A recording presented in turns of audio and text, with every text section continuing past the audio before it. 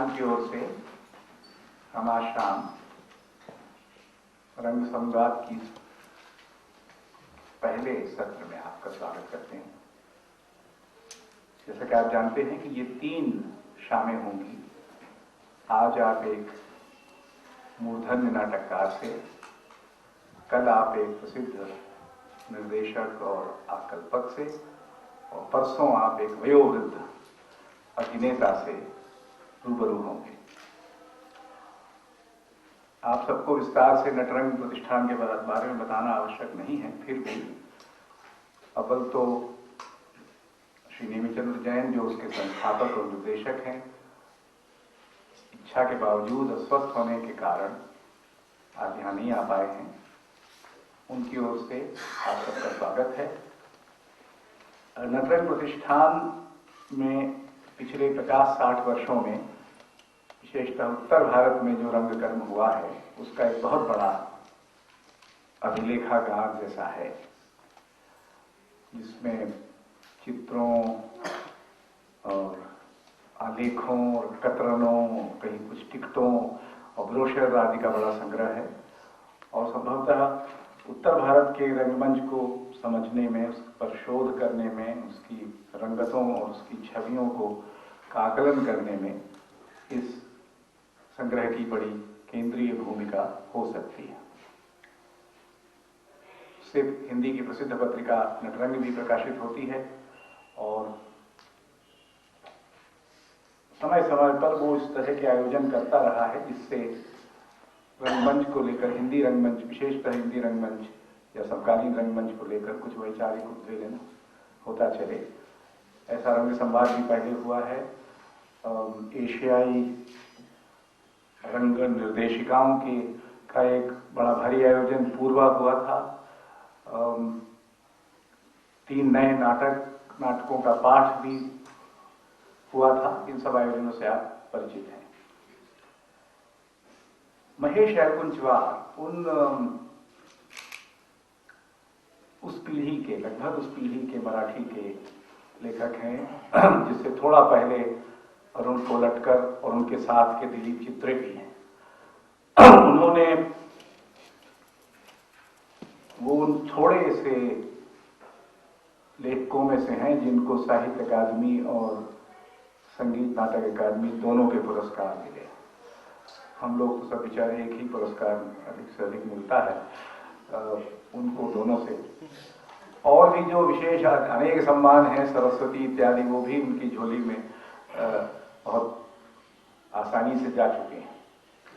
वो जिद करके नागपुर में रहते हैं, बल्कि पुणे में रहने का उन्हें सौभाग्य या दुर्भाग्य मिला था, जो थोड़ी देर वहां रहकर वो भाग गए और फिर अपने नागपुर में बस गए। उनके प्रसिद्ध नाटकों के नाम आप सब जानते ही हैं। सुल्तान, होली, यातना घर, गरबो, वासना कांड, पार्टी, रक्त पुष्प, बाड़ा चिड़ेबंदी, प्रतिबिंब, आत्मकथा, युगांत, वासांसी जीवनान आदि। अभी बातचीत से मुझे पहले उनका एक इंटरव्यू मैंने कहीं पढ़ा था जिसमें ये कहा गया था कि वो सिर्फ नाटक लिखते हैं और किसी विधा में उन्होंने कोई हस्तक्षेप नहीं किया है।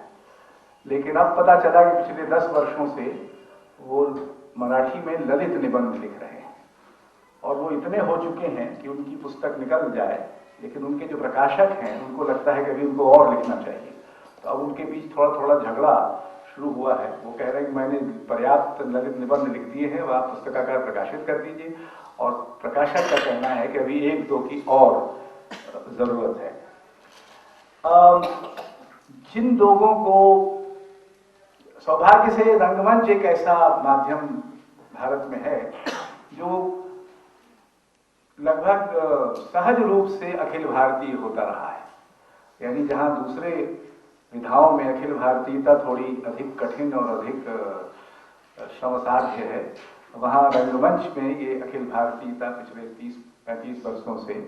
इसलिए महेश एलकुंचवार यद्यपि मराठी के नाटककार हैं, वो अनेक भाषाओं में खेले जा चुके हैं। हिंदी में भी वो एक तरह से गृहस्थ ही हैं, रंग गृहस्थ हैं आप चाहें तो कहें, और बंगला में, अंग्रेजी में भी उनके नाटकों के अनुवाद हुए हैं और कई भाषाओं में उनका रूपांतर हुआ है।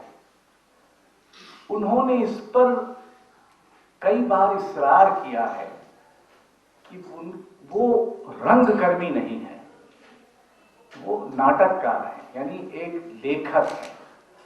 और उनका इस पर भी इसरार रहा है कि वो कोई ढांचा नहीं खड़ा करते जिसमें तथाकथित रंग निर्देशक आत्मा और प्राण भर देगा। वो नाटक लिखते हैं जिसमें पहले से ही प्राण और आत्मा है, और रंग निर्देशक से हो सकता है उसमें कुछ तनाव इत्यादि होता हो सो हो, लेकिन वो कोई इतनी स्वतंत्र खाली जमीन नहीं छोड़ते हैं, क्योंकि उनका बल इस बात पर है कि वो एक नाटककार हैं, यानी एक साथ वो साहित्य की एक विधा भी है और रंग विधा तो खैर है ही। उन्होंने पहले ये भी कहा है कि उनकी दिलचस्पी एक ऐसे समय में जब हरेक से कहा जाता है और हरेक पर इसरार किया जाता है कि वो किसी तरह की राजनीतिक प्रतिबद्धता व्यक्त करे, उनकी दिलचस्पी इसमें नहीं है। उनकी दिलचस्पी मनुष्य के अंतर जगत में है। उनको लगता है कि मनुष्य की जो बौद्धिक और मानवीय और भावनात्मक समस्याएं हैं, उनका कोई हल आसानी से नहीं निकलता। आपको याद होगा मिलान कुंदेरा ने 20वीं शताब्दी के बारे में ये कहा कि 20वीं शताब्दी ने ये सिद्ध किया है कि मनुष्य सब कुछ को बदल सकता है, अपने को नहीं बदल सकता। वो वही रहेगा जो वो था, बावजूद इसके कि उसके पास सारे सामान और सबको बदलने के हैं। वो समाज बदल देता है, व्यवस्था बदल देता है, सत्ता का रूप बदल देता है, अपने आसपास की जिंदगी बदल देता है, लेकिन अपने को नहीं बदलता। तो किसी हद तक, यद्यपि ये इस पर उन पर ठीक लागू करना उचित नहीं होगा, वो एक तरह से इस जो निरे सामाजिक में या निरे राजनीतिक में घटा दी जाने वाली मानवीयता है, उससे अलग एक अधिक संघर्षशील और एक अधिक सजग मानवीयता के नाटककार हैं। उन्होंने एक बार ये भी कहा है कि उनका अपना सारा नाट्य लेखन उनके अपने बौद्धिक, भावात्मक और वैचारिक विकास का भी प्रतिबिंब है। शुरू से लेकर आज तक, आज जब वो जहां पहुंच रहे हैं, जिस मुकाम पर पहुंचे हैं, उसमें इस यात्रा के चिन्ह और निशान भी देखे जा सकते हैं। कई बार उन्होंने ये भी कहा है कि अंततः नाटक में आत्मा को अपने को अनावृत कर सकना चाहिए। अनावृत करना वैसे कठिनाई की बात है, और हम ये चाह रहे हैं कि आज शाम वो अपने को खोलें, अनावृत भले न करें, इस अर्थ में खोलें कि उनसे आरंभ में हम एक वक्तव्य सुनेंगे जिसमें वो अपनी ओर से जो कहना चाहेंगे वो कहेंगे, और फिर आप सब जो उनसे प्रश्न पूछना चाहेंगे वो प्रश्न पूछेंगे। इस बात का ध्यान रखते हुए कि शाम उनकी है, बोलना असल में उनको है, और हमको सिर्फ उन्हें बोलने के लिए उकसाना है, खुद अपने बोलने को संयमित रखना है। प्रश्न वही अच्छे होते हैं जो आधा मिनट में सटीक और तीखे पूछे जा सकें। वो प्रश्न बेकार होते हैं इनको पूछने में 2.5 मिनट लगे और उत्तर देने में आधा घंटा। इसलिए इसका ख्याल रखते हुए आप अब प्रश्न भी अपने अपने तैयार करते रहें। कुछ प्रश्न शायद उनके वक्तव्य से भी निकलेंगे। अब मैं महेश एलकुंचवार से निवेदन करता हूं कि वो पहले आरंभिक वक्तव्य में। श्री महेश एलकुंचवार।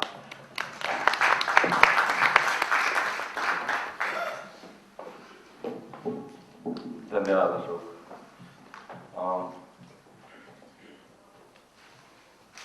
मैंने आज एसपी जी से फोन पर पूछा कि मैं कौन सी भाषा में अपना भाषण दूं, तो उन्होंने मुझे कहा तो हम हमेशा हिंदी में अपना सब कारोबार यहाँ पे संभालते हैं, आप हिंदी में बात कीजिए।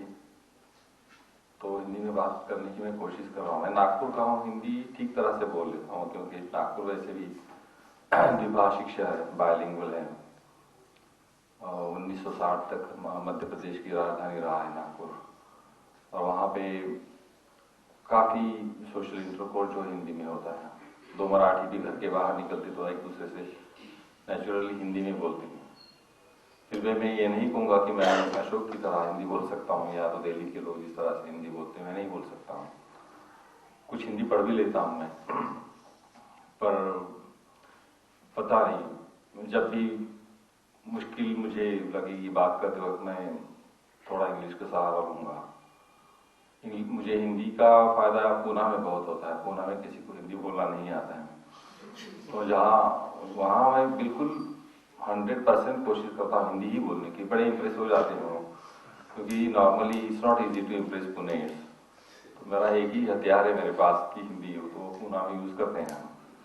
यहाँ उस आत्मविश्वास के साथ मैं हिंदी नहीं बात करूँगा, फिर भी कोशिश करूँगा। जो गलतियाँ होगी आप माफ़ कर दीजिएगा। महाराष्ट्र में हिंदी का विरोध कभी न रहा और हिंदी काफ़ी अपनाई गई है महाराष्ट्र में, इसलिए हिंदी में बात करना मुझे अच्छा भी लगता है। अब रश्मि जी से मैंने ये भी पूछा था कि मैं किस बात पर बात करूं, क्या बताऊं, क्योंकि जो भी कुछ कहना है मैंने इतनी बार कहा है और दिल्ली में भी 4-5 बार तो जरूर कहा है। किसी राइटर के पास कुछ 7-8 सीडीज या कैसेट्स रहती हैं और वो ऑडियंस देख के उसमें से एक निकाल कर बजाता है, तो मैंने आज कौन सी कैसेट लगाना है पता नहीं। तो रश्मि जी ने कहा जो मन में आया है साफ साफ कह दो। तो बात ये होगी कि मैं अगर कुछ कहूँगा तो उसमें से काफ़ी बातें आपने पहले सुन चुके होंगे। जिस वक्त भी आपको इस तरह का एक फीलिंग आएगा कि हम सुन चुके हैं, बहुत हो गया, तो मुझे सिर्फ इंडिकेट कर देना, switch over to something else. और वैसे भी ज़्यादा वक्त मैं आपका नहीं लूँगा, सवाल जवाब ज़्यादा अच्छे रहेंगे क्योंकि उसमें से कुछ नया निकलेगा।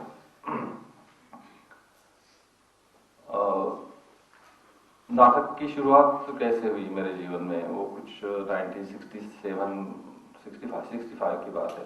नाटक में मुझे कभी रस नहीं था। मेरे घर में गाना है और पक्का गाना है। मेरे पिताजी गाते थे, बड़े भैया गाते थे, पर फ्यूडल फैमिली थी तो भैया को कभी उन्होंने परफॉर्म करने नहीं दिया हमारे पिताजी ने, और वो उसका रिजेंटमेंट और बिटरनेस अभी भी उनके मन में है। He's 79 now, he's paralytic, that he is so angry every time this particular thing is mentioned because his mind is alert.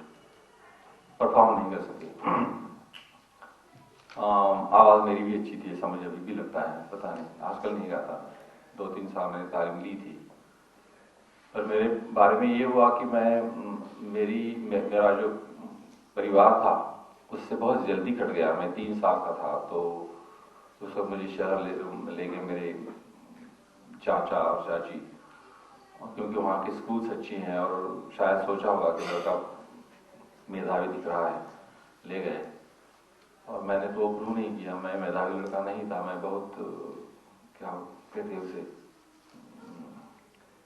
डल्लर था और नॉटी था, पढ़ाई में बिल्कुल दिल नहीं था। मेरा पूरा दिल रहता था सिनेमा में और गाने में।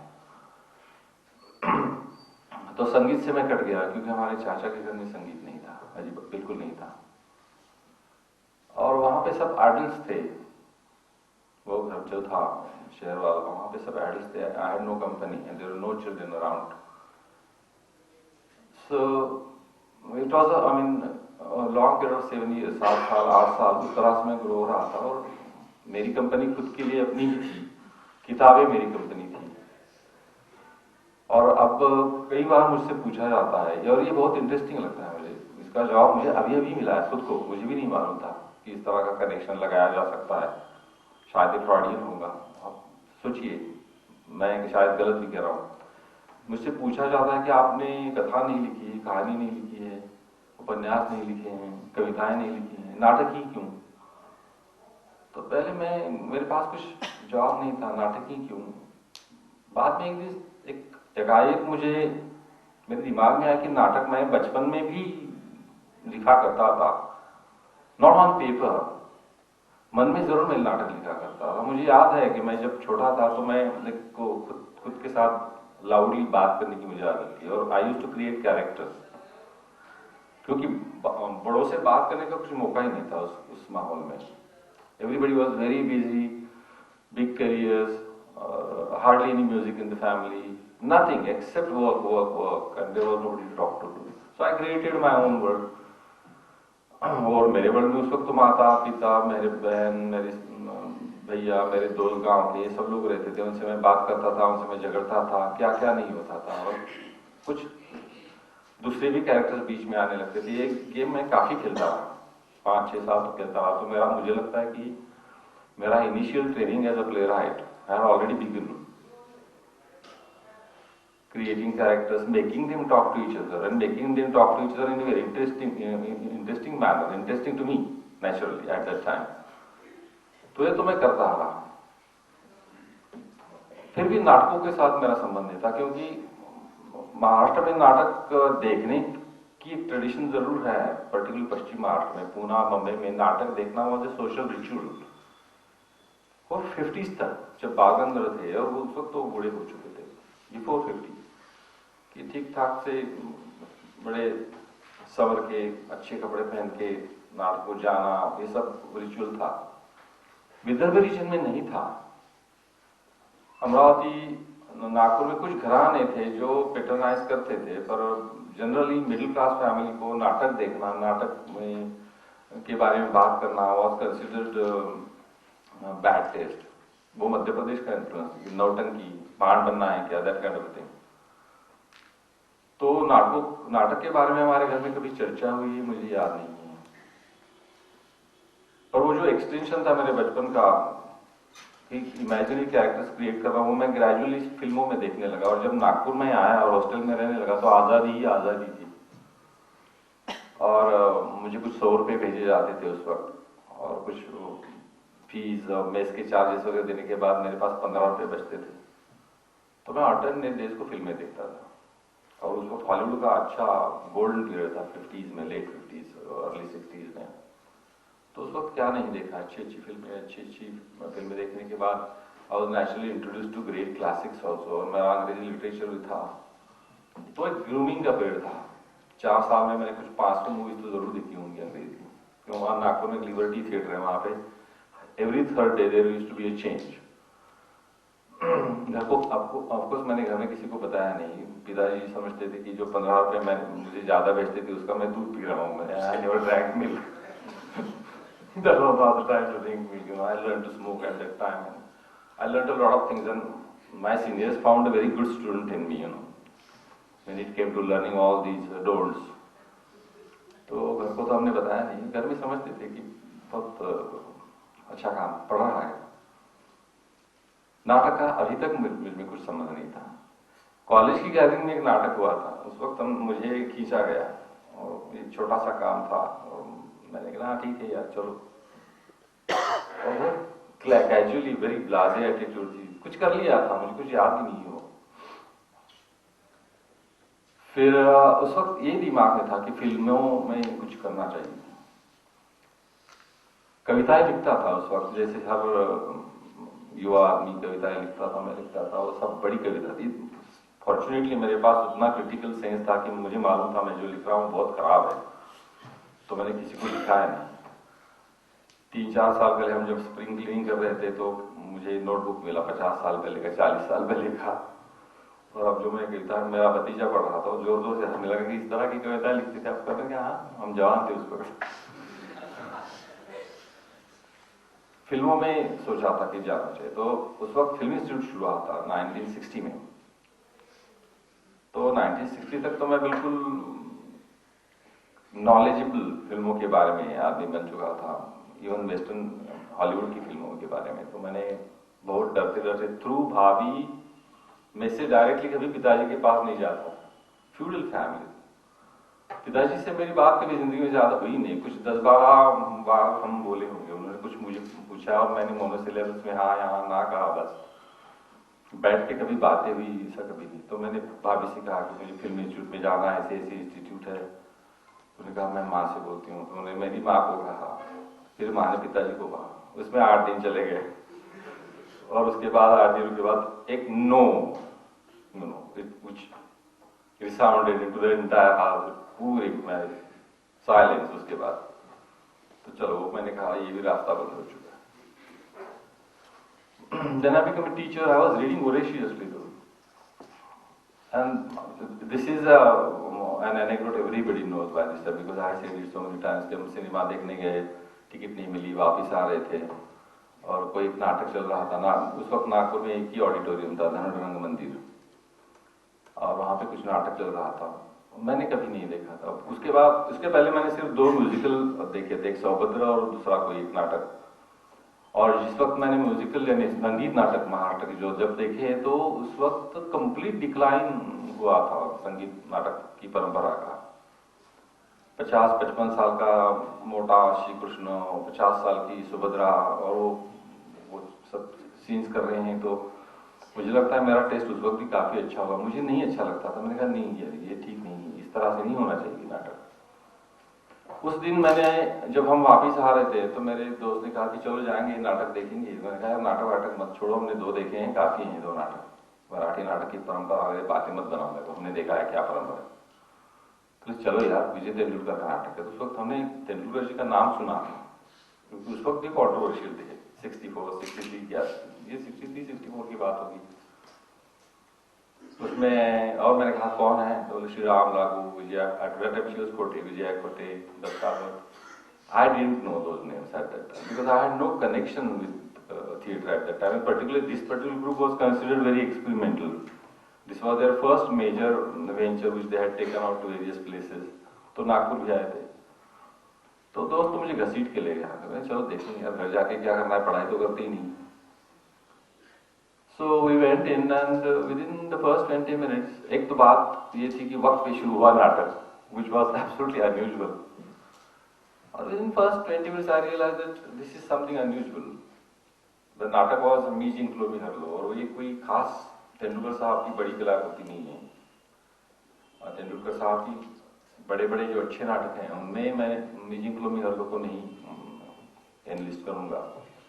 फिर भी जो हो रहा था रंगमंच पे वो इतना ताजा, इतना नया, फ्रेश था मेरे लिए। तो पहले 20 मिनट तो मुझे पता ही नहीं चल रहा था कि क्या हो रहा है, आज completely mesmerized. And suddenly I said, my God, Vijay was in this corner. Suddenly, 2 minutes ago she was in this corner. When did she come in that corner? And Dr. Lagu was there. And suddenly, how come he's here? एक सब कब हो रहा है, मुझे पता भी नहीं कि कब हो रहा है, ये क्या चल रहा है ऑडिटोरियम में। और इस तरह से I was completely wrapped up. Within another 10 minutes, I forgot that again because I realized very soon that well, this is something I would like to do. Maybe I would be able to do it because by that time I was known as क्या कहते हैं, वेस्ट्रेल, मेरे से कुछ नहीं बनेगा, ये सब लोगों ने ठान ली थी, घर के लोगों ने और खुद ने, मैंने भी, क्योंकि मेरा एकेडमिक रिकॉर्ड कोई खास लॉडेबल नहीं था। सिर्फ पिताजी को शायद मेरे बारे में उम्मीद होगी क्योंकि मुझे याद है मैं जूनियर हम कर रहे थे तो पूरा वक्त मेरा लाइब्रेरी में जाता था, शाम को सिनेमा हॉल में जाता था। पढ़ते काफी थे पर जो किताबें प्रिस्क्राइब थी कोर्स के लिए वो पढ़ी नहीं, तो किताबें तो परीक्षा में पास होने का सवाल ही नहीं होता, तो मैंने परीक्षा दी ही नहीं, चले गए घर को और कह दिया पिताजी से कि मैं अपियर नहीं हुआ। तो क्यों? तो मैं कहा हम एक दूसरी किताबें पढ़ते रहे। क्या पढ़ा है? मैंने कहा ये पढ़ा है, वो पढ़ा है, वो पढ़ा है। पिताजी ने कहा ठीक है। फिर 8-10 दिन के बाद वो suddenly out of the blue फेंकते थे सवाल। मैडम बावरी के बारे में बोल रहे थे, वो जो क्या है उसमें वो क्या है, तो हम जवाब देते। तो 3-4 बार होने के बाद पिताजी ने कहा हाँ ठीक है तुमने पढ़ ली है किताबें, कोई बात नहीं है, कर लोगे बाद में। So that was one tacit support. पर बाकी तो फैमिली ने कहा था कि इससे कुछ नहीं होगा। उस वक्त पहली बार मुझे लगा नाटक देखकर कि मैं ये कर सकता हूँ। मेरे शायद I had tried my hand at poetry, I had tried my hand at short story. I started a novel which ended on the 3rd page or 4th page maybe because I didn't want to continue. I didn't feel like writing it. And theatre, doors started opening within me. मैंने कहा ये मैं कर सकता हूँ। So naturally उसके बाद I bought all Tendulkar, read him and wrote one act. तो हमारी एक दोस्त थी, उसने पढ़ा, वो काफी लिटरेचर की, मराठी लिटरेचर की स्टूडेंट, अभी she is considered big scholar also as a critic. उसको कहा कि ये तो बहुत खराब नकल है तेंदुलकर साहब की, तो हमने फाड़ के फेंक दी। then I waited and then I started writing, then I got published in Satyakatha, सब steadily होता था। मेरा पहला नाटक नागपुर में हुआ था 68 में,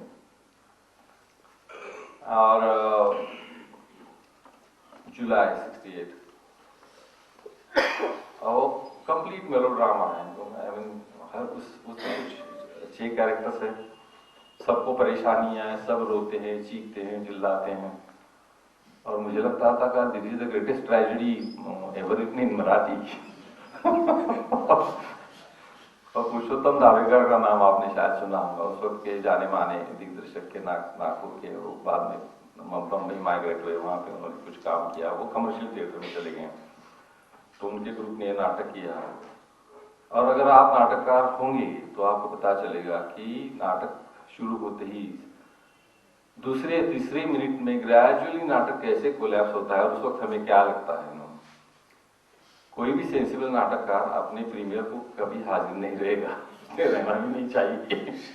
क्योंकि मैं बाजू विंग में था और मैं देख रहा था कि नाटक धीरे धीरे धीरे धीरे डिमोलिश हो रहा है और पब्लिक हंस रही है, क्यों? It was considered the greatest tragedy of the century and people were laughing their guts out. क्या हो रहा है? And mister Dhavekar, who was very senior to me, would come and don't worry, पहला फेल्यूर होना ही चाहिए, बाद में सक्सेस मिलता है। Is this a compliment or is this a support or what?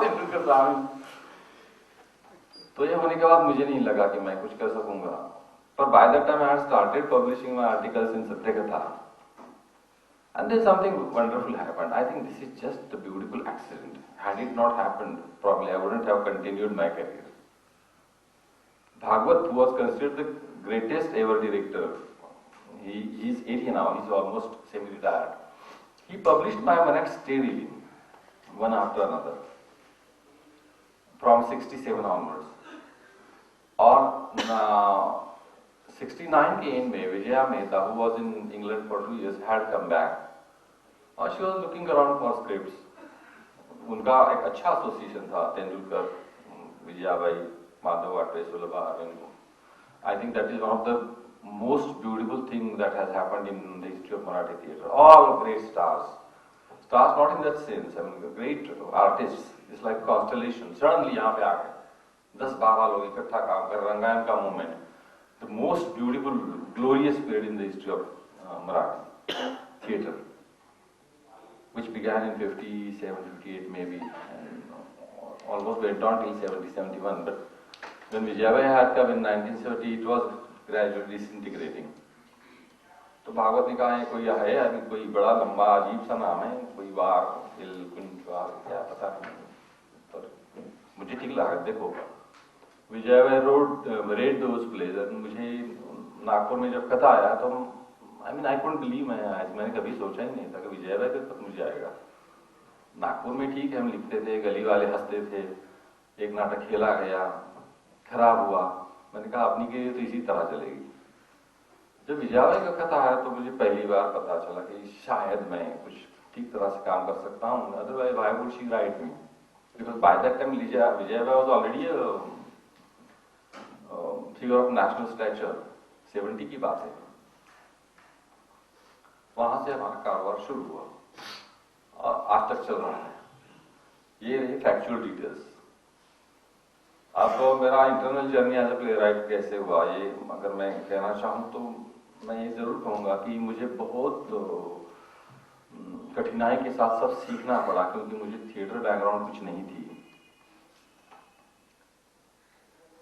Theatre देखा नहीं था, थिएटर किया नहीं था। जैसे सतीश, मोहन, ये हमारे दोस्त जो हैं, ये हमेशा थिएटर में रहे हैं, थिएटर में काम किए, वो बैक स्टेज वर्कर भी थे, उन्होंने क्या नहीं किया, हर चीज थिएटर में की है, तो they know theatre, they used to, I mean, from inside out. मैं पेरीफेरी पर भी नहीं था, बाहर था।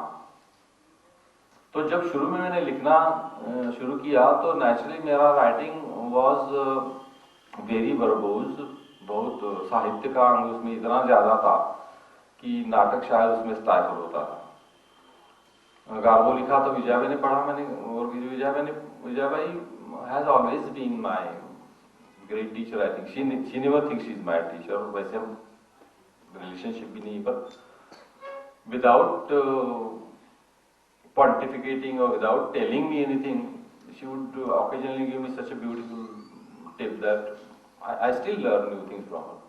तो पढ़ा, मैंने कहा महेश ये बहुत ओवर स्टेटमेंट है, पर इतना ज्यादा बोलते हो तुम, तो पूरा पॉइंट यहाँ पे निकल जाता है। उस वक्त अहंकार बहुत था, आई वाज 28, आई थिंक 29। मैंने कहा वो तो नहीं हो सकता है, may be you don't understand what I have read. She said fine, but I won't be able to do it, it's such a great play, take it away. तुम ले गए। डॉक्टर लागू के साथ वो नाटक हुआ। डॉक्टर लागू is a kind of person who not respects, I think he considers it his duty to worship every word written by a playwright. He wouldn't change a word. और मेरा आजकल बहुत झगड़ा होता है उनसे। मैंने कहा आप ये ठीक नहीं है, क्योंकि हर कोई अगर एडिट करता है, नया लिखता है, I mean actor does it, a director does it, you should give this chance to a playwright also. हमको आपने बताया नहीं कि ये ओवर रिटन है, इसे एडिट करना चाहिए, और मैं तो बिल्कुल नोविस था उस वक्त। और उसमें सब बड़े स्टार्स थे, डॉक्टर लागू, अमोल पालेकर, दीपा, दत्ता भट्ट, कोलैप्स हुआ नाटक। उसके बाद में I sat back and started analysing myself, my work, and I realized और understood what Vijay bhai was trying to tell me. I realized that yes, इतना श्रील किराया देने से कुछ नहीं होगा, लोग बोर हो जाते हैं। There is a tremendous amount of strength in quietness, and silence is perhaps more powerful, more eloquent than so many words. That was one point when I started to experiment with silence, empty spaces, structuring of dialogue in a very economical manner. That was the beginning. उसके पहले जो 1 acts लिखे थे वो हुआ था क्या, वो फर्स्ट मेरा आउटबर्स्ट था। तो उस वक्त उसमें दोष काफी हैं अर्लियर राइटिंग में, पर उसमें कुछ पावर था, इसलिए यू नो वो थिएटर में होल्ड होते थे। गार्गो के वक्त मेरा एक क्लेवरनेस आया था, उसमें बहुत स्मार्टनेस आया था, और ऑनेस्टी नहीं कहूंगा, पर एक इम्प्रेस करने की जरूरत मुझमें काफी आ गई थी उस वक्त, क्योंकि उस वक्त तक मेरे कुछ 1 acts विजय भाई ने किए थे, और छोटा सा सर्कल बॉम्बे में था जिन्होंने मेरा काम देखा था, और मेरा नाम मेरे बारे में बोला जाता था। और उस वक्त मुझे लगा कि बस अब क्या है, आखिरी मंजिल पे पहुंच गए, हमें सब आता है, अब दिखा दूंगा। तो ये सब आया है गार्गो नाटक में, जो मुझे नहीं पता कि क्यों दुबे जी को और डॉक्टर ला साहब को, इवन तेंदुलकर साहब को नाटक अच्छा लगता है। मुझमें वो उसमें एक पोज बहुत है। चलो कोई बात नहीं, तो होता है। पर उस वक्त मैंने ये सब शुरू किया। उसके बाद मैंने रक्तपुष्प लिखा, which is a very economically written play. तो अशोक जी ने कहा कि मैं खुद को रंगकर्मी नहीं कहता हूं, साहित्यकार कहता हूं, तो बिल्कुल बराबर है। क्योंकि पहले तो इसमें अहंकार आता था कि मैं जो जिस तरह का नाटक लिख रहा हूं वही नाटक है, ये कोई नाटक नहीं है कि एक स्केलेटन लाते हैं, 10-12 लोग आते हैं, उसको फ्लैश आउट करते हैं, नाटक है, बड़ा इंप्रेसिव लगता है, बड़ा इंटरेस्टिंग दिखता है, पर वो नाटक नहीं है। तो ये भी एक इग्नोरेंस था इस तरह से बात करने में, और थोड़ा अहंकार भी था। जब नागपुर या बम्बई के बाहर निकले और जब दिल्ली को आए या बेंगलोर में नाटक देखा, रतन के नाटक देखे, बंसी के नाटक देखे, तो पता चला कि कितनी वैरायटी है यार। चलो छोड़ो, अपनी अपनी जगह पे हर तो की नाटक ही है, और अपना अपना उसका एक स्ट्रेंथ है। जो स्ट्रेंथ मेरे नाटक में है वो शायद रतन के या बंसी में नहीं होगा, पर बंसी और रतन की जो स्ट्रेंथ है वो मेरे नाटक में कभी नहीं आ सकती है। और that is the beauty of theatre ना, there is a variety of theatre. Particularly in India, we have 15-20 varieties of theatre, and all of them make one theatre, you know. So,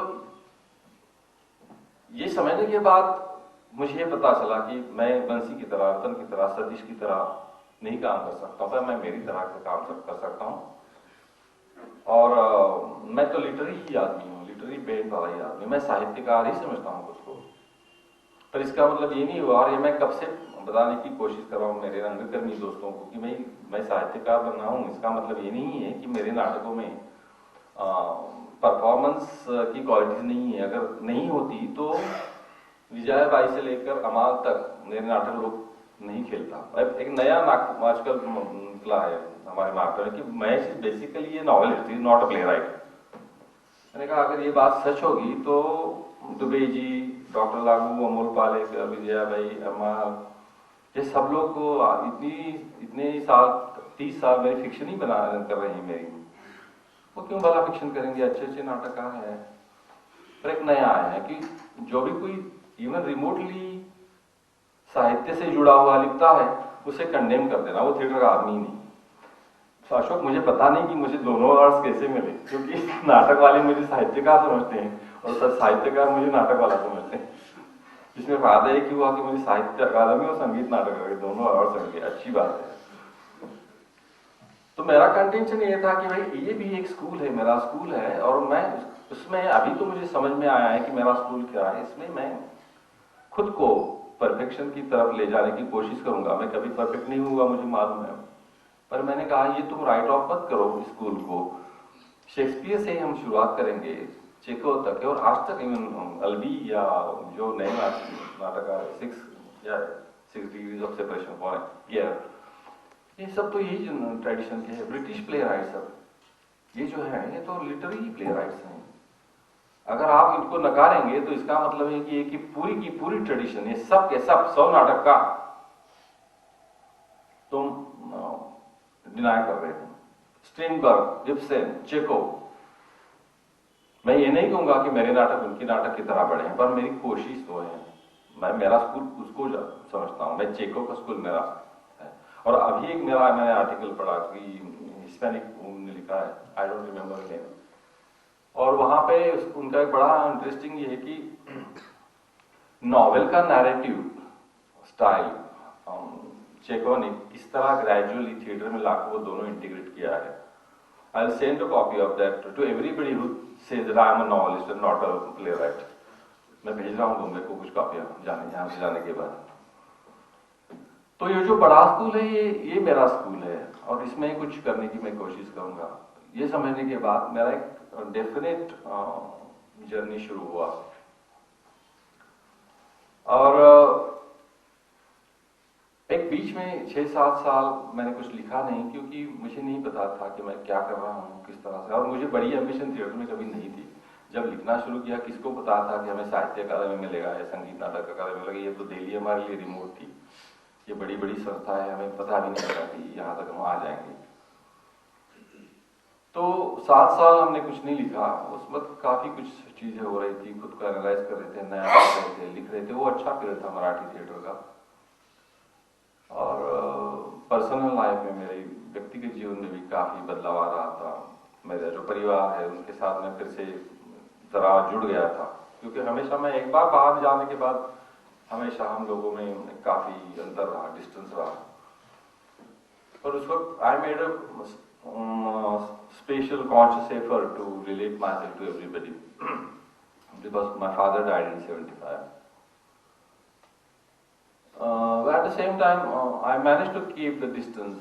Ours is a feudal family, although we are not like the family of Bada Siribandi. We never had fallen on bad days. क्योंकि मेरे पिताजी को कुछ vision थी, हम सब पढ़े लिखे हैं, सब जॉब वाले हैं, कोई प्रॉब्लम नहीं था। तो आजू बाजू में हमारे गांव में विदर्भ में मैं देख रहा था।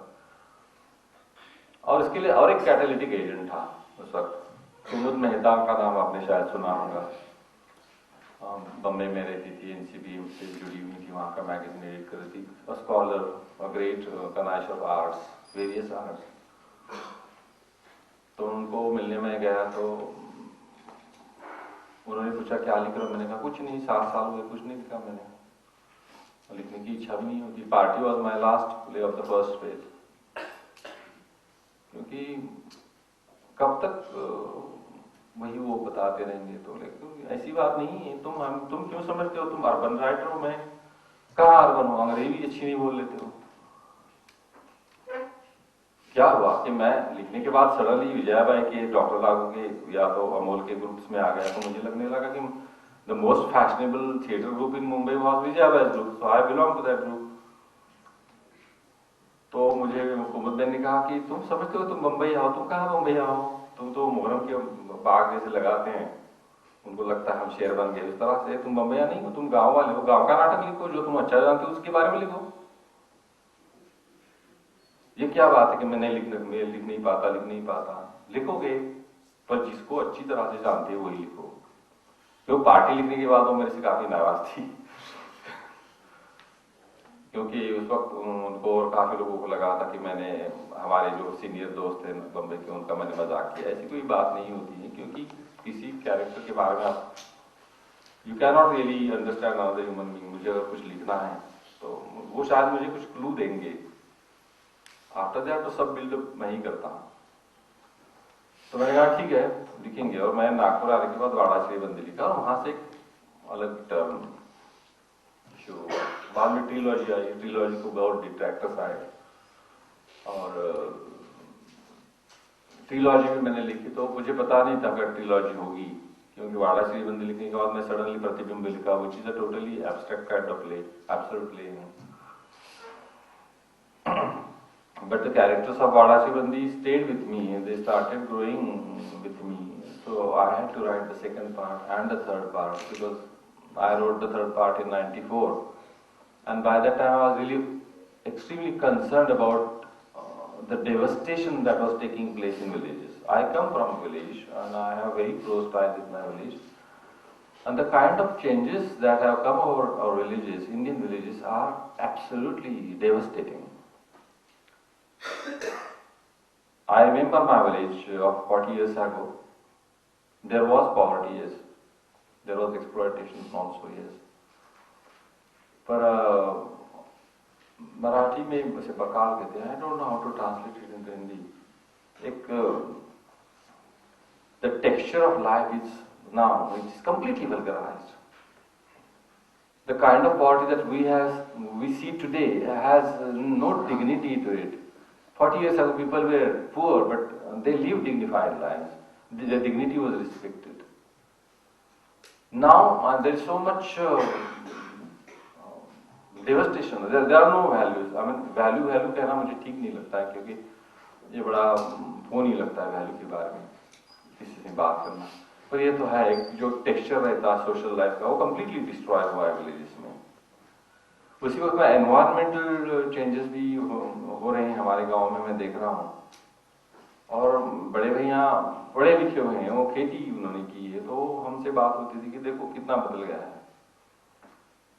जैसे हमारा गांव है, वहाँ की जमीन बड़ी अच्छी है अकोला डिस्ट्रिक्ट में, और वहाँ अब जब 10, 12, 15 साल के थे तो गाँव के बाजू में सब बागों में वहाँ बाग थे और बड़े बड़े कुएं थे, तो समर में भी काफी पानी रहता था उनमें।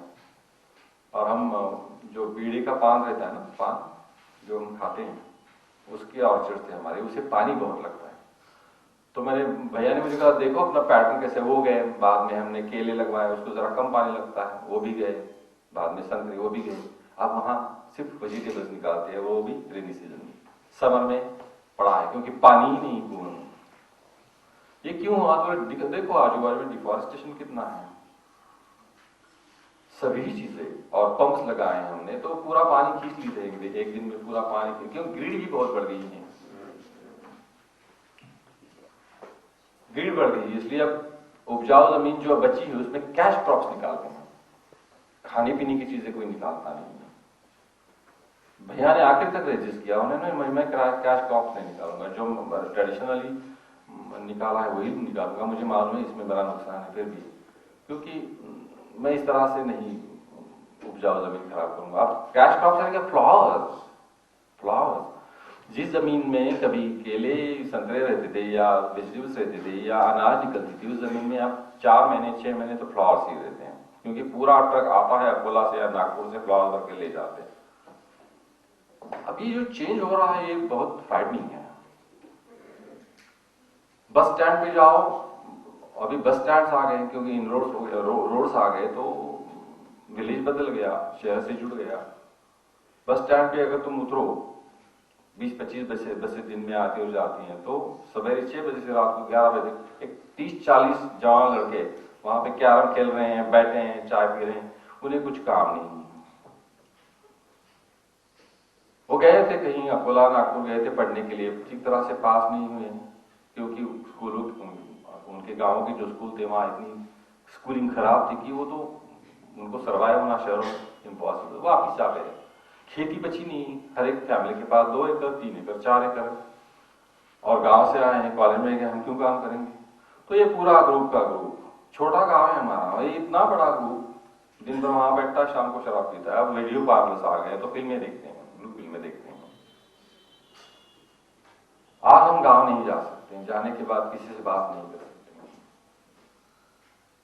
मेरी उम्र के जो मेरे दोस्त हैं गांव में तो नहीं भी रहे, क्योंकि गांव के प्रेशर, गरीबी के प्रेशर इतने हैं कि वो जल्दी बूढ़े हुए हैं, जल्दी चल बसे हैं। और ये मुझे लगा कि एक सोफिस्टिकेटेड रिलेशनशिप थी, बहुत सोफिस्टिकेटेड रिलेशनशिप लोगों में थी उस वक्त गाँव में, हो गई है और अभी इतनी क्रास हो गई, इतनी क्रोस हो गई। और कितना एक दूसरे का सम्मान रखते थे, कितना एक दूसरे से प्यार से और अदब से रहते थे, ये सब चला गया। अब कुछ मुझे, आपको अगर वक्त हो तो मैं कुछ चीजें बता सकता हूँ कि आज मेरी समझ में आता है उन लोगों, उन चीजों को क्या मीनिंग होता है। हमारे घर में जो नौकर है वो काफी पुराने हैं, सूर्या जी नाम के नौकर थे, तो 60 साल के हो गए, तो किसी के एक वहां राजे फैमिली उन्होंने भेज दिया कि आप हम नहीं काम करें, हमारे घर में आ गए। तो बड़े भाई ने कहा ठीक है तुम यहाँ पे आना और बैठना, तो मैं बैठ के तो नहीं खाऊंगा, मुझे काम दीजिए।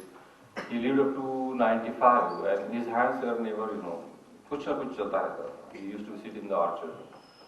और हमारे घर में हमें एक कमांड जैसे था कि किसी नौकर को ये जाए नहीं, फर्स्ट टर्म से नहीं बात करेंगे, we will treat them as elder persons, जो हमारे बड़े थे। गांव में एक अजीब सा व्यवहार था। मुझे याद है कि हम किसी के घर में गए थे और रईस आदमी थे, हम बैठे थे वहां, तो और दूसरा रईस आदमी वहां पे आया, कुछ काम के लिए आया। तो मैं वहां से निकलने लगा तो जो होस्ट थे उन्होंने कहा तुम रुक जाओ, उन्होंने क्या घर का ही लड़का है, क्या बात है। बोले नहीं घर में हमारे ये है कुछ काम है, मुझे पैसों की जरूरत है, 25,000 चाहिए, या आप रख लीजिए। तो उन्होंने घर में जाके 25,000 लाए, उनको दे दिए, और फिर बाद में देखा क्या है अंदर, तो वहां सब चांदी वांदी के बर्तन थे। तो उन्होंने बंद करके अंदर भेज दिया। तो मुझे लगा तुम क्यों, क्या देख रहे हो। तो मैंने कहा अपने ही हैं वो, आपने बर्तन कैसे रख लिए उनके, विदाउट कीपिंग द बर्तन you could have given him, क्योंकि मेरे चाचा जैसे थे, घर का ही था, विदाउट कीपिंग द बर्तन you could have given him 25। ऐसे नहीं, अगर बर्तन में नहीं रखता तो उनको बड़ा अपमान लगता। I didn't want to hurt his pride. And there are, even if he is not in a position to return the money, it doesn't really matter.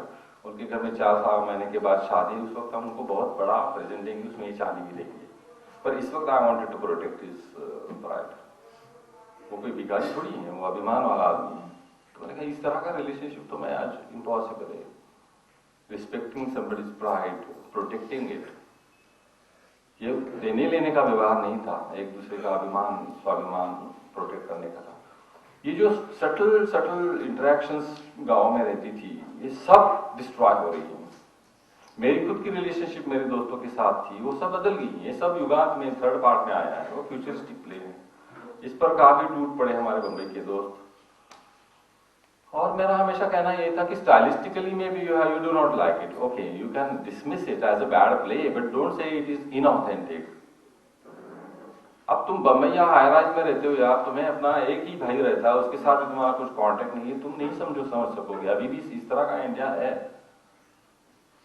यहाँ पे चीजें हो रही हैं, इस तरह के व्यवहार हो रहे हैं। और देहातों में क्या, तुम्हें पता नहीं देहातों में क्या हो रहा है, मुझे तो कोई आशा नजर नहीं आ रही है। तो ये सब युगांत में आया। So, whatever the merit of the trilogy is, it worked for some people, it did not work for some people. It doesn't really matter in the ultimate analysis. because I said what I wanted to say, and some people have seen the point of it. But as a playwright, as a craftsman, what was I learning? So I was gradually trying to discover what the space means and silence means. That is when I realized that there are, I knew it instinctively, but a correct grammar samajhna intellectually also is very necessary. That is when I realized that there are two spaces in theatre, acoustic space or visual space. हम जब देखते हैं तो the words and the space that you see on the stage, उनका correlation सिर्फ actor को और director को ही समझना जरूरी नहीं है, वो नाटककार भी होना जरूरी है. If I cannot relate myself or my characters to the space, if I do not know how they are going to move about, then maybe I'll write a faulty play and I'll increase the work of my directors. So क्यों इस तरह से करना? इसका मतलब ये नहीं कि डायरेक्टर का फ्रीडम मैं नहीं मानता, बिल्कुल मानता हूँ. देने के बाद मैं I have never interfered with my director. They can change the pacing, they can change the look, they can do anything as long as they do not change the dialogue. They can edit it also. So इस यहाँ से निकलकर हम यहाँ तक आ गए और when I wrote Sonata, इस वक्त मैंने सोचा मैं जरूर कुछ रिस्क लूंगा. डायलॉग के बारे में मिनिमल डायलॉग लिखूंगा, नॉन सिक्वेंशियल डायलॉग लिखूंगा, क्योंकि हर वक्त जब मैंने नाटक लिखा तो मुझे कभी नहीं लगा था कि ये नाटक होगा, उसके शोज हो गए, उसके रिपोर्ट. मैं तो ये सेल्फ एजुकेशन का भाग एक हिस्सा था. Every new play was a sort of a probe into something new. It was a process of self-education. I am still doing that because it's fun, you know. There's great fun in trying to do something new, discovering something new. And whether you succeed in doing all that is immaterial, irrelevant also. That is great fun, and that is what keeps one going. And then I said, I'll create areas, spaces, you know, and I will leave all that to my director and my actors. वो अपनी तरह से वो decipher decode कर सकते हैं. अब जो मीनिंग मेरे एक्टर्स या डायरेक्टर्स में से निकाले, they probably are not the same, you know. I mean, they probably do not correspond to what I have been trying to do, but it doesn't really matter. It doesn't really matter because what they will do will be extremely interesting as what I am thinking about. And only such texts can create possibilities of a variety of interpretations. एक उसका जो essence रहता है वो तो आता ही है because it's there, but there is a subtext to these kind of plays. मैंने एक subtext create करने की कोशिश की थी. और अब आई एम स्लो लर्नर, बताता हूँ कि 30 साल लिखने के बाद मुझे समझ में आया था कि जो हम लिखते हैं वो नाटक नहीं रहता है, जो नहीं लिखते हैं वो नाटक रहता है. The subtext which exists in silences and empty space is the real natak, you know, and you have to write that, or you have to learn not to write that. You have to create a text which would create that subtext or many subtexts. And I tried to read Sonata, and well, again, I read it out to people in Pune, and they said, oh, kya ho raha hai? I mean, there is no relevance. I mean, fragmented dialogue, no story. And I almost cried because the play I read out to were young people in their 20s and early 30s, and I thought that this generation is probably more sophisticated in terms of understanding theatre than mine was. I didn't expect them to like my play, but I expected them to understand what I was trying to do. And they didn't understand it. This is not a complaint, but this is a very painful experience. I have been talking to many young people in places, and I have suddenly realized that they think they know, and they do not really. This is not a generalization. I am talking about certain people, and they do not understand that there is something like grooming. You know, since I came from a village and I was suddenly in the company of Vijayabai and Dr. Lagua, I knew that I had to groom myself pretty well. Otherwise, I would be nowhere. And now people have certain slots available to them, and if what you write or what you direct or what you do as an actor doesn't fit into that slot, it is dismissed as non-theatre. So ये दो बार हुआ, पुणे में हुआ, बम्बई में भी हुआ, and everybody seemed to be very condescendingly sympathetic. Some people were condescending, sympathetic. Some said, "Well, you have played your innings, Mahesh," etc., etc. Tendulkar and Vijay were the only persons who said, "Mahesh, this is new Mahesh. These are Tendulkar's words. I've been watching you writing all these years, and this is a very difficult play to do. I mean, unless you have multiple actresses, we don't want smart actresses." I said, "Thank God, there is somebody." And my mentor, he realized what I was trying to do. So it was such a relief. Vijay Bhai said the same thing. Vijay Bhai said, "I can't do it because it is impossible to get 3 actresses together for 6 weeks working with me 10 to 5 every day of the week." Then the play came to Amal, and we know, I mean, it's a history now. These 3 actresses in Amal, they worked at it for working at least 4 to 5 months. And that was an extremely reassuring experience as a playwright, because I realized that there are some people who are trying to understand what you are trying to do. It is such a great support. So this is where I am. Now, I will talk another 5 minutes. Now, my concerns, well, I am not, I'm branded as I used to be branded as a reactionary playwright because I didn't take any positions on social causes, political ideology, that. I did not write about downtrodden, exploited, Dalits, this, that, etc., etc., etc. And now I think it is a very unrealistic expectation from writers every writer to do this. I mean, there are some writers who are passionately committed to these causes and they want to write about them, and so they do, and some excellent writing has come up from such writers. But I am not that kind of writer. I write from a very private, personal core of my being. And I do not mind writing about my personal core. A lot of people do, and that's why they engage themselves with externalities. I have no quarrel with them. It's a matter of choice.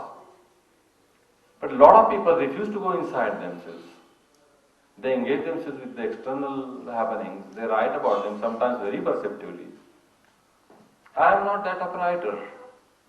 Secondly, somehow, as a human, as a citizen of this country, I do react to the reality around me. I do take my position from time to time. But when it comes to writing, I try to go beyond this reality. I mean, there is something, because reality is always changing, you know. It's bhavati, bhavati, bhavati, ho raha hai, ho raha hai, ho raha hai, ho raha hai. That's why it is bhava. Continuously happening, this happening, this happening. Maybe because I was a student of philosophy and I was pretty deep into our darshanas, that has probably influenced me. I don't know. Because I firmly believe in reincarnation. I firmly believe in law of causality.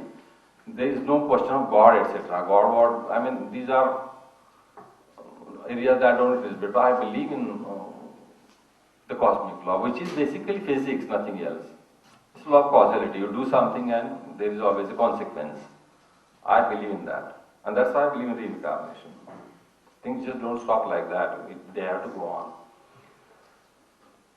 So all this probably has been shaping my psyche, and I am trying to talk about that reality which is continuously pulsating underneath this external reality. The external reality is continuously changing, transient, while this reality I am talking about is eternal, it is always there. And this is an area which is not definable. You cannot define it in words. Maybe music reaches this particular area from time to time. It is beyond the grasp of intelligence. It is definitely beyond this territory, this new territory of experience is beyond the grasp of intelligence, but music manages to reach there. I would like to do that in theatre at least once in my life. You know, I mean, all arts tend to be music. So has been said by Susan Langer. And that is really true. All artists want to create something which takes you close to the experience you have after listening to a great concert. There's no doubt about that. And secondly, I have had a musical background. So if I at all succeed in creating a piece, trying to find avenues or relearn one's craft again and again so that one would be able to write this kind of play. And Sonata was one step ahead in that direction. I don't know what is coming next. Thank you very much. It has been a long talk, but questions are welcome.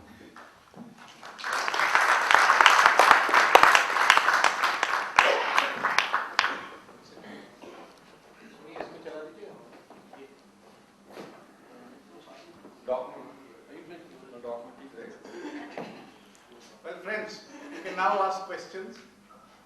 जैसा मैंने शुरू में कहा था कि वही प्रश्न अच्छे होते हैं जो छोटे और तीखे होते हैं और आधा मिनट में पूछ लिए जाते हैं. Amal, you are doing you mentioned that you're doing this typical play. Why don't you ask the first one to set the ball rolling?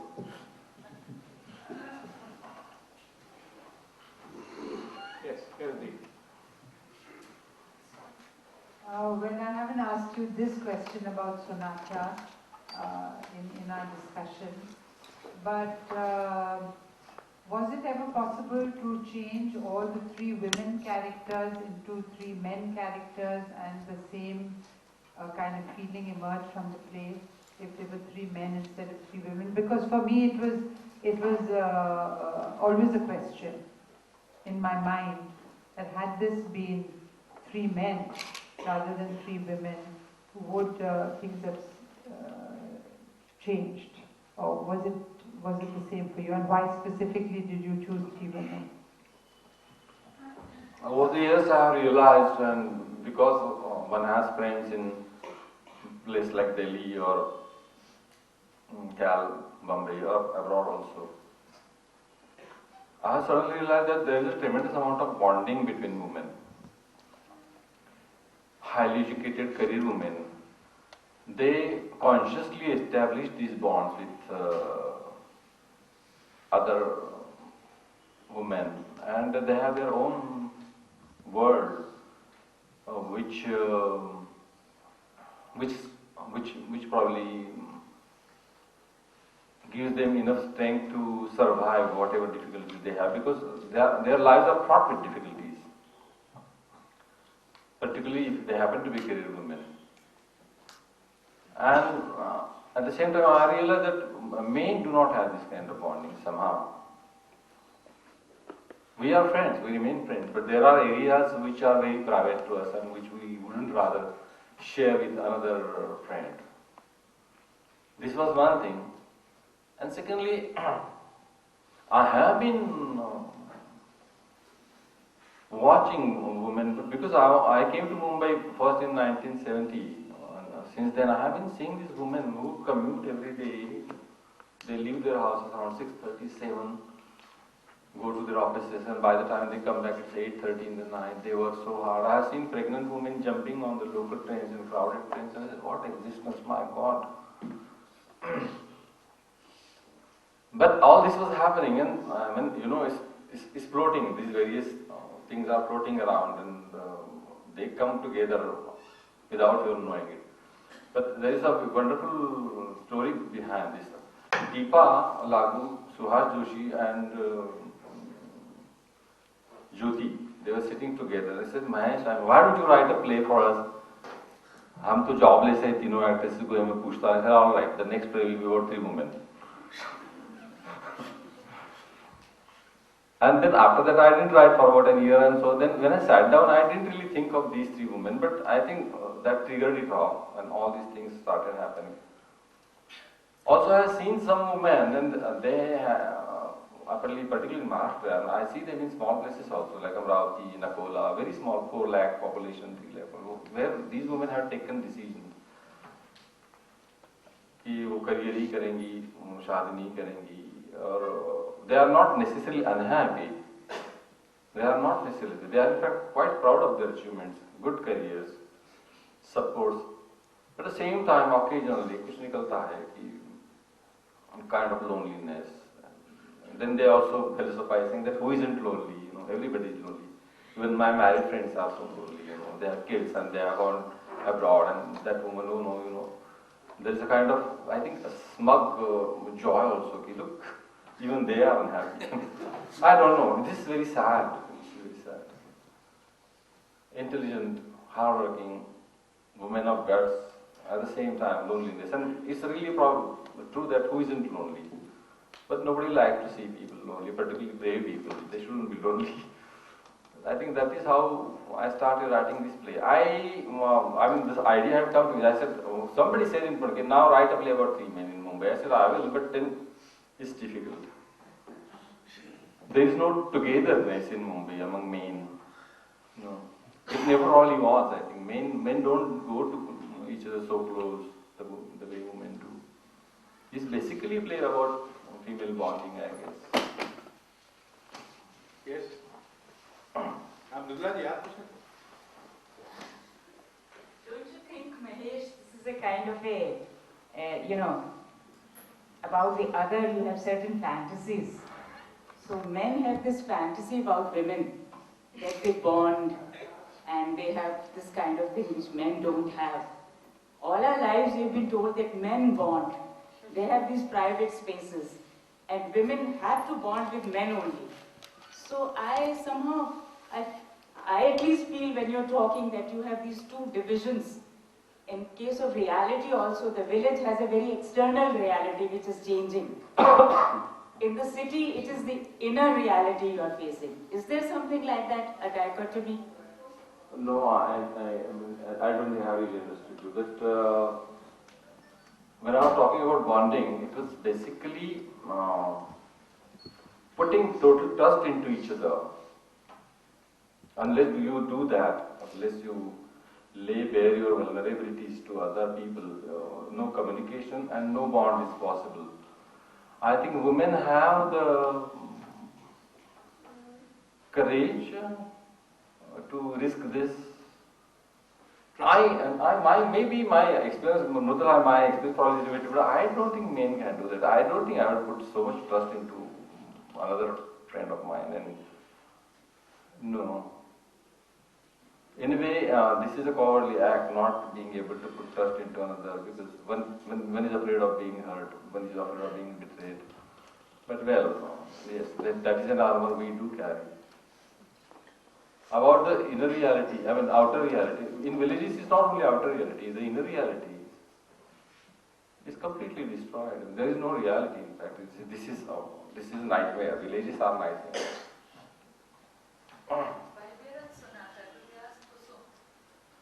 Yes, Kusum ji. Yes. Please.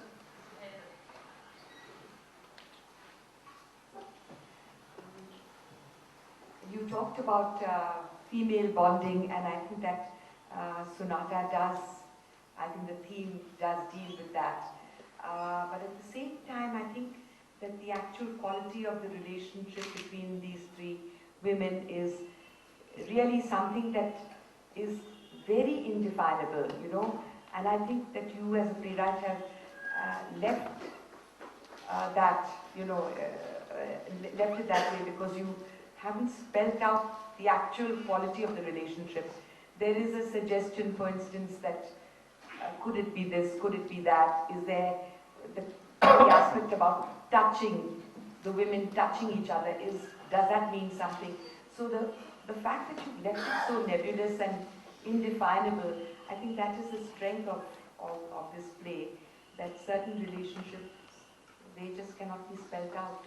And that's the nature of many relationships, that you just cannot put your finger on it and say, well... So that is one lesson I have learned the hard way. I mean, initially when I started writing, the relationships were completely defined in my mind also. I mean, there was no second interpretation possible. By the time I was, this has been a long inning, 38 years of writing now. I started realizing that even in my life, how can I define my friendships or can I define my relationship with a lot of people? I can't. It's very difficult. It's for our convenience that we put these things into slots, you know, we label them, say, ye hai, wo hai. It's never like that. I mean, relationships go on changing, you know. Sometimes they change for better, sometimes they change for worse, but they are changing. They never remain static. They get mature, but they are not definable. This was, I mean, this understanding had come to me many years ago, and I mean, that is probably reflected in the play. I mean, when I write a play, I don't think that I understand these characters very well. I write about only those aspects that I can see or I perceive. And yet, at the same time, I know that there is much beyond this, which is not even known to the writers. That is where I create spaces or silences. It's not possible for a writer to understand his characters completely. Mahesh, मैं ये कह रही थी कि अगर आप 3 पुरुषों के बारे में लिखेंगे तो आपको ज्यादा साहस की जरूरत होगी, क्योंकि तब आपको अपने आप को अनावृत करना होगा। 3 औरतों को अनावृत करना बहुत कम साहस की जरूरत मांगता है एक पुरुष से, क्योंकि आप कल्पना में सोच लेते हैं कि वो करेज के साथ अपने को अनावृत कर रही है, मगर क्या वो करती है? मुझे इसमें बहुत शंका है। नहीं, मुझे, I mean, I'm sure that it is not an accusation. It is an accusation. I want to understand. नहीं, मुझे एज अ प्लेराइट मुझे नहीं लगता है कि मुझ में वो साहस नहीं है। मुझे कोई दिक्कत नहीं है अनावृत करने की, पर अनावृत करने के बाद अगर कुछ ऑफर करने के लिए है ही नहीं तो क्या मैं अनावृत करूंगा? मैं particularly if you are talking about bonding, but I can always imagine a situation where 3 loners in a place like Bombay are staying together. What happens?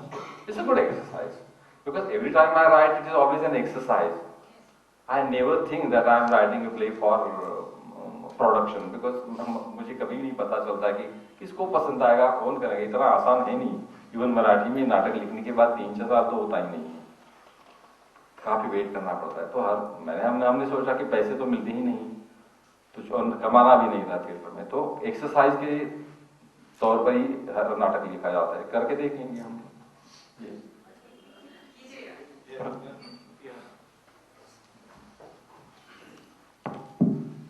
Thank you, Mahesh. I think you played a different CD today.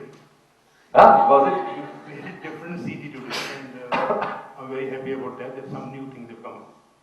I am not talking about any play, but I am talking about a remark which you have made, and maybe a question, maybe a comment.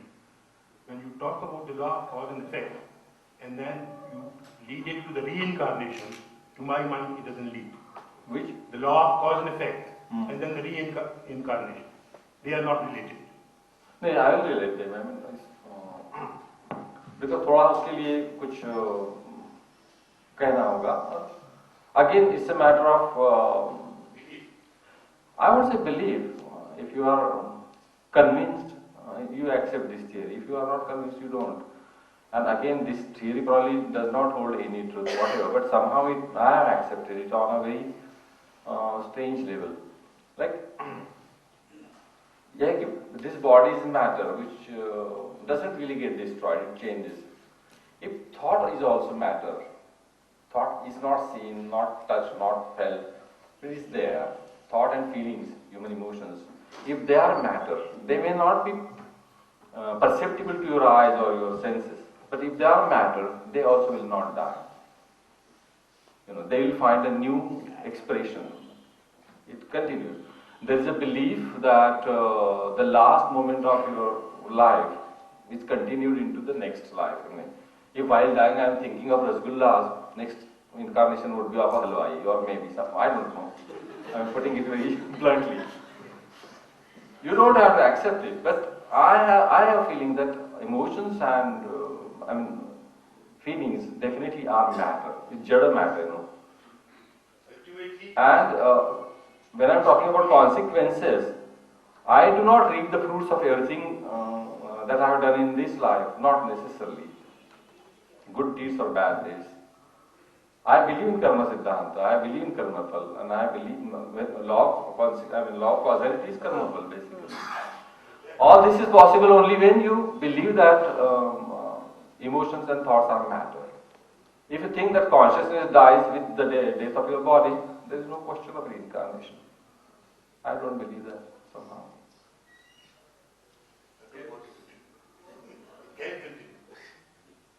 नहीं, ये अपने अपने how you accept it और do not accept it, ये मैं नहीं कह रहा हूं कि मेरी पोजीशन करेक्ट है, आपकी गलती, ये नहीं। This is where I have been for the last 30 years.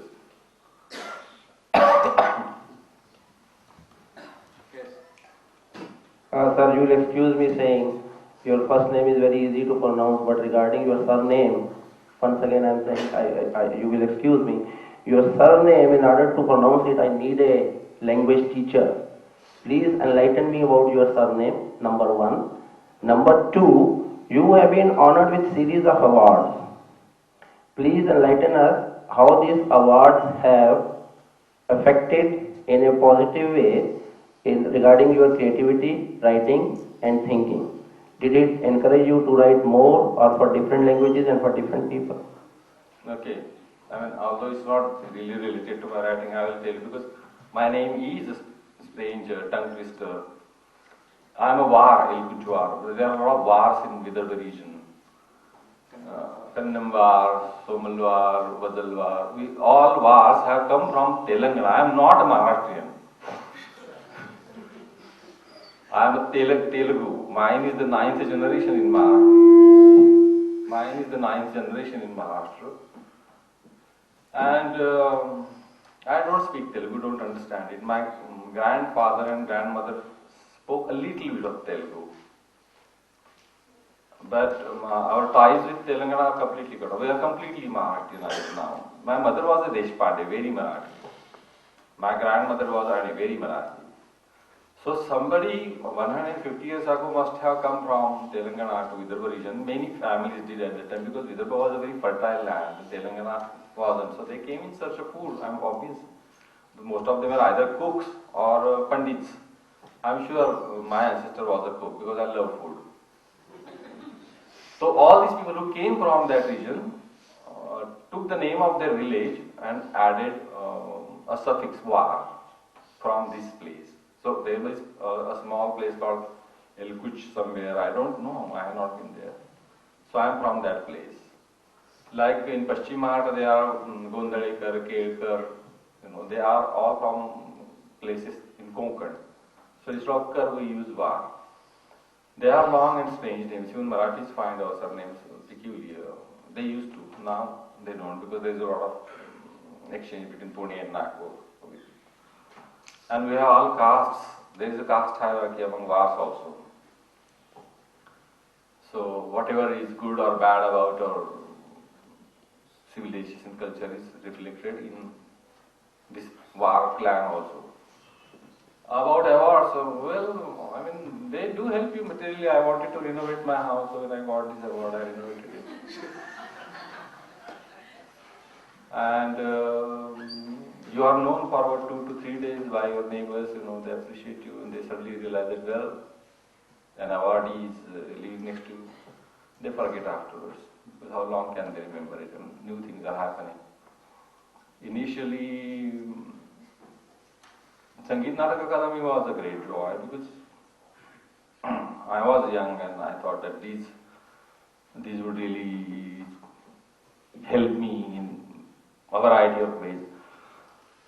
Now I realize that again, winning an award is always a moment of joy, because there are so many who share this joy with you. But it does not really change your or answer your inner concerns or inner problems. It has no relation with your inner life. So I do not think that it really affects one's writing. It needn't. It needn't. One is extremely grateful to these people who give you awards. But they do not change a writer. They needn't. Mahesh, आपने लेखक के रूप में बहुत सारे चरित्रों की रचना की है, खासतौर से। तो मैं थोड़ी ये जिज्ञासा है कि क्या कोई ऐसा चरित्र उभर कर आया आपके नाटकों में या लेखन में, जो शुरू में लेखक के रूप में आपने उसको कंसीव किया, लेकिन वो चरित्र ऐसा बना कि आपके लेखक को छोड़ करके वो एंटायरली डिफरेंट हुआ? अशोक, ये हमेशा होता रहा, ये हमेशा ही होता है। वो थोड़ा शेयर करें कैसे आप? पता नहीं कैसे होता है, पर हमेशा ही होता है कि मैंने कुछ एक तो 100% पूरी आउटलाइन रहती नहीं, एक अंदाजा रहता कि ये कैरेक्टर किस तरह का रहेगा। जैसे सोनाटा में दोलन और अरुणा एक तरह के आए थे, gradually they started living their own lives and they are not what I initially had planned। वो अपना लाइफ लेते हैं, ये जरूर होता है। और I don't know what enters into your creative system when you can see the characters taking their own life and behaving the way they want to। मेरी एक दोस्त है नागपुर में, Asha Baghel, she is a wonderful short story writer. तो हम बात कर रहे थे, मैंने यही सवाल उनसे पूछा था कि क्या आशा आपके पास पूरा प्लान रहता? बोले बिल्कुल नहीं।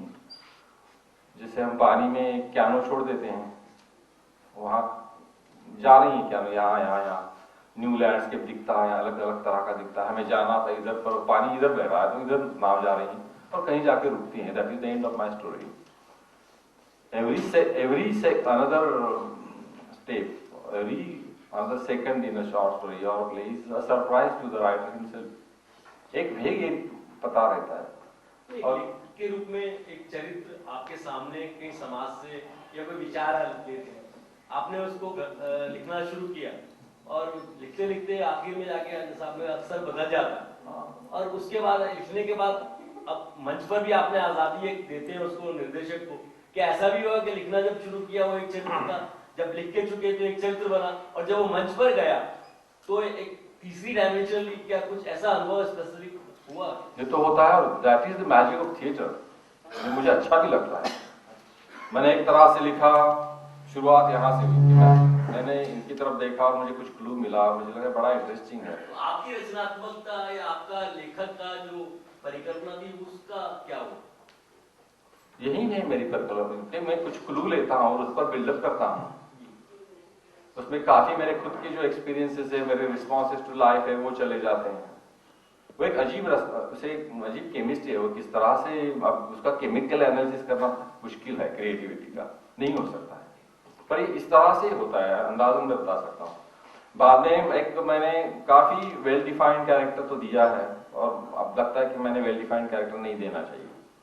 जैसे सोनाटा में कुसुम ने कहा कि नहीं, उनके लिए भी एक चैलेंज रहना चाहिए, उन्हें एक मजा आनी चाहिए। मराठी में हुआ क्या है कि बड़ी खराब एक्टिंग हम आजकल देखते हैं कि हर चीज लिखी जाती है, एक्टर के लिए कुछ बचा नहीं है उसमें, मैं क्या ढूंढूं, सभी तो बताया है यहाँ पे। तो वो आते हैं और वो तो actors being actors want to act, so they support every word. मुझे इतना खराब लगता है kind of thing. I mean if we are acting like that even now, what that is called realistic acting. मेरा तो बड़ा खराब है कि इसमें होता क्या है कि हम इतना अगर लिख देंगे तो इंटरनलाइजेशन के लिए कुछ रखते ही नहीं है, तो दोष लेखकों का है। ये मैंने बहुत जल्दी समझा और इसलिए मैं इस तरह के नाटक लिखने की कोशिश कर रहा हूँ कि जहाँ एक्टर ढूंढिए यहाँ की ये क्या है। कुसुम को पूछो आप, उन्होंने क्या काम किया। उन्होंने मुझे अब बताया था कि एक वर्ड लेके हम बैठे थे 2 दिन की, इसका क्या करेंगे, इसका क्या करेंगे। मैंने कहा मजा तो जरूर आया होगा। ये जो अनफॉर्चुनेटली मैं नागपुर में रहता, मैं अगर यहाँ रहता तो we would have shared it, because एक बात मैं बताना जरूरी चाहता हूँ, थिएटर भाई हम किस लिए करते हैं, मेरी प्रायोरिटीज पहले से ही वो रही है और अब मेरी प्रायोरिटी को कोई समझता ही नहीं है। I do theatre because I like working with a particular group of people, with my director to begin with, then with my actors, and the rehearsal period is the most joyous, gloriously joyous period in the entire process, because that is when you reach out to each other, human contact really establish होता है उस वक्त। Normal life में हम कितना human contact establish करते हैं, hardly any, there is no human contact. we be very sophisticated, you know, social intercourse बड़ी cleverly चलाते हैं, पर you are longing for the human contact which is suddenly available to you in the rehearsal space, because that is where we drop our defenses, we come together, explore, fight, quarrel, love. That is the most beautiful part of theatre. After that mount होता है, reviews आते हैं, पसंद आता है, नहीं आता है, these are fringe benefits। अब थिएटर नहीं करना चाहूंगा मैं, पर्टिकुलरली मराठी में, इसलिए कि इस तरह का माहौल मेरे लिए अवेलेबल ही नहीं है, किसी को वक्त नहीं है, सब लोग टेलीविजन में बिजी हैं। जैसे वासाओं से किया, जब मोहन आया है तो सुहास नहीं है, सुहास है तो शेखर नहीं है, शेखर है तो ये नहीं है, डायरेक्टर बेचारा 5-5 रोल्स पढ़ रहा है। मैनेजर तो सर क्या कर रहे हो, तो बोले नहीं वो आते नहीं, वो वहां पे बम्बई गए, वो बंगलोर गए और वो उनको तो आज मीटिंग है 4 बजे। तो मैंने कहा मजा आता है, मैंने नहीं, तो बंद करो, यहाँ तो पैसे कमाने के लिए कोई हम नाटक कर ही नहीं रहे हैं, और ये जो वाइटल एक्सपीरियंस है थिएटर का हमें नहीं मिल रहा है, तो क्यों करना है थिएटर, नहीं करना है। इसलिए मैं लिटरेरी एसे में बहुत खुश हूँ आजकल, मैं बहुत लिखता हूँ और अच्छे हैं। अभी आपने एक फिल्म में रोल भी किया मराठी, बहुत अच्छा अभिनेता आप। मैंने नहीं देखा अभी तक वो फिल्म। नहीं, लेकिन अभी आपने कहा रंगकर्मी नहीं लेखक से आप स्क्रीन पर भी आए हैं, और तो वो तो एक्सीडेंट की बात थी, हम अनुभव बताएंगे। कुछ खास अनुभव नहीं और है, में जाएंगे, मैं बताता हूँ। अभिनय का मैं पूना में था, सुमित्रा ने कहा कि आप महेश को रोल कर दो, तुम वैसे दिखते हो। मैंने कहा मुझे एक्टिंग नहीं आती, तो उन्होंने कहा कि तुम्हें एक्टिंग करनी ही नहीं है, सिर्फ दिखना है जैसे तुम हो। मैंने कहा चलो आ जाते हैं। मेरी पुरानी दोस्त है और लो बजट फिल्म है, उसे एक्टर चाहिए, तब चले गए। अगर एक्सपीरियंस पूछोगे तो my God, I will never act again, so boring, acting in a film is so boring. एक लाइन कहना है मुझे, उसके लिए 2 घंटे वहां पे बैठे हो, लगा रही लाइट से वो, और ऑड प्लेसेस में लोकेशन रहता है वहां पे, नहीं, फिर से कभी नहीं होगा। I am not an actor by temperament, by instinct. फिर भी बधाई हो, आपको बहुत अच्छा। थैंक यू, वो दिखना ही था मुझे। बोलिए सर। ये आपने अभी शुरू में कहा था, विजया जी से बात हुई थी, तो इतने सारे शब्दों का इस्तेमाल क्यों करते हो, कुछ कम किया करो, ऐसा कुछ जिक्र किया था। फिर आपने इसी बीच कहा था साइलेंस और एम्प्टी स्पेसेस। तो आप प्ले लिखते वक्त ये कैसे डिसाइड करते हैं कि साइलेंस कहाँ पे होगा, एम्प्टी स्पेसेस कैसे होंगे?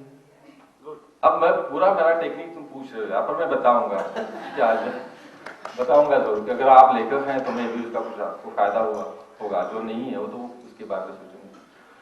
थिएटर मैंने सोचा कि मेरे कैरेक्टर को जो बात पैशनेटली कहना वो चाहता है, वो उसे कहने नहीं देना। ये पहला कंडीशन। अगर ये एक कोई लड़का है तुम्हारे जैसा जवाब, वो किसी लड़की को कहना चाहता कि I love you desperately, so I will not allow that character to say it. I will make him say a lot of other things instead of that one word.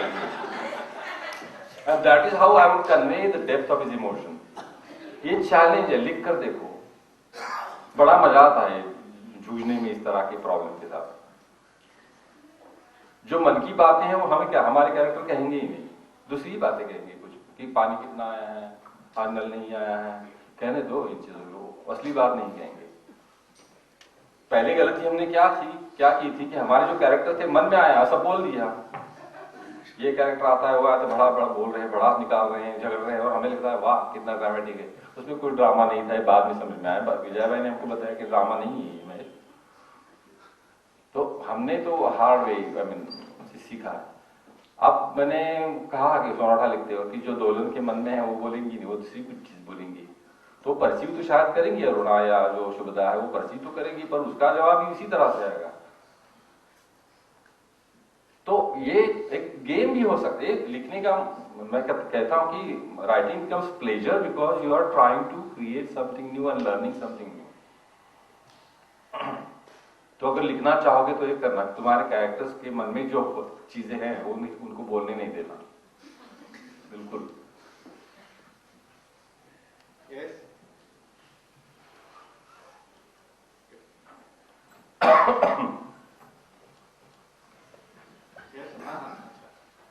वैसे मैं एक बात पूछना चाहता हूँ। मैंने आपके नाटक में अक्सर पढ़ता रहता हूँ, तो जब भी मैं नाटक पढ़ता हूँ तो करने का साहस होता है कि इन्हें करें, इन पर कुछ काम करें, पर एक अजीब सी निराशा मन में छान लग जाती है। और ये निराशा के बीच में फिर मैं ढूंढता हूँ कि कोई उम्मीद है, कहीं कोई उम्मीद दिखाई देती है कि जिसको लेकर के इसको रीडिज़ाइन किया जाए, सोचा जाए। तो अभी तक मैं जैसे अक्सर प्ले राइट्स को पढ़ते हैं, लिखा में भी इतने वातावरण में उम्मीद दिखाई देती है, तो वहीं कोई उम्मीद आपके प्लेस में कहाँ छुपी हुई है या वो क्या है?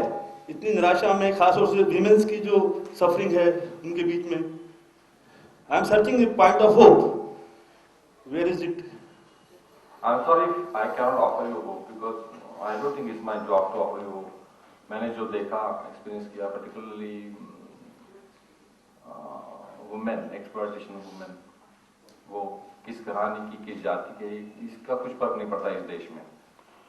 इवन एरिस्टोक्रेटिक फैमिलीज में औरतों का अजीब तरह से शोषण होता था, अजीब तरह की कुटन ढंग नहीं थी। अब मॉडर्न वुमन की अलग तरह की है। ये जब हम देखते हैं तो नकारने में क्या फायदा है। अब आपने कुछ एक बात कही थी कि मैं रीऑर्गेनाइज जरूर कीजिए, जैसे अभी I don't know the trilogy Chetan Datar, young playwright, not young, in fact, he's 40 now. He used to come down heavily on me. He is this playwright who sits in his 10x10 kapung in Nagpur and writes these literary plays, and it's not theatre, etc. And then Chetan has been doing my play steadily for the last 3 years. This year, he carved out a 2.5 hour play out of this trilogy. पूरी trilogy उसको तो बिल्कुल पसंद नहीं थी 4-5 साल पहले। अब पता नहीं उसमें चेंज हुआ होगा, है पता, आई डोंट नो।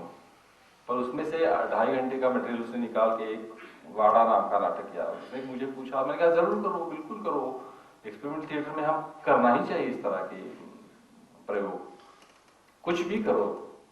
कुछ सालों पहले यहाँ पे हम आए थे, कीर्ति उस वक्त यहाँ पे थी NSD में। उन्होंने कहा मैं तुम्हारा नाटक खेला जा रहा है श्री राम। मैंने कौन सा? बोले गढ़वाली में हो रहा है, वाड़ा श्रीमंदी का नाम कुछ था, नाम था क्या, पैसा न धेला सुभान सिंह रौतेला। तो मुझे बहुत गुस्सा आया, मैंने मैसेज भेजा कि भाई आप हमारा नाटक कैसा कर सकते हैं, परमिशन नहीं पूछते, नॉर्थ के लोग कभी पूछते नहीं है बाय द वे। तो दौड़ते दौड़ते आए, फिर झगड़ा थोड़ा हुआ, फिर उसने आप आ जाइए। मैंने कहा नहीं आ सकते, बहुत लंबा नाटक है। लंबा नहीं है, 1.5 घंटे में करते हैं। 3 घंटे का नाटक, 1.5 घंटे में कैसे हो सकता है? एडिट किया है और म्यूजिकल बनाया है। अब विरासत तो उन्होंने म्यूजिकल किया। I couldn't imagine that 90-year-old woman coming on the stage and belting a song, you know। उस वक्त मुझे अजीब लगा, मैंने कुछ कहा नहीं, पर अब लगता है कि I should have gone and seen, ना। How can I dismiss this experiment? Probably he failed, doesn't matter, but we all fail. Most of the time we fail. It doesn't really matter whether we fail or succeed, but what is important is we try to do something new, experiment, explore. So that man was trying probably to do this, and I should have gone and respected his effort. उस वक्त गलती की मैंने, पर वो हो चुका है। आज मैं कोई भी कुछ भी करना चाहता है मेरे टेक्स्ट के साथ तो करने देता हूँ, बिल्कुल आजादी है, जरूर जरूर करो।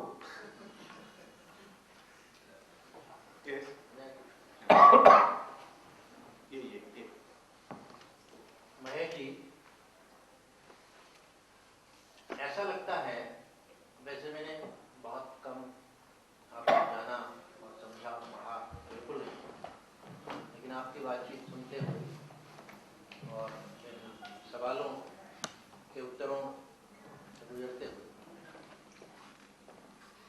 आप बहुत सुरक्षित नाटककार हैं।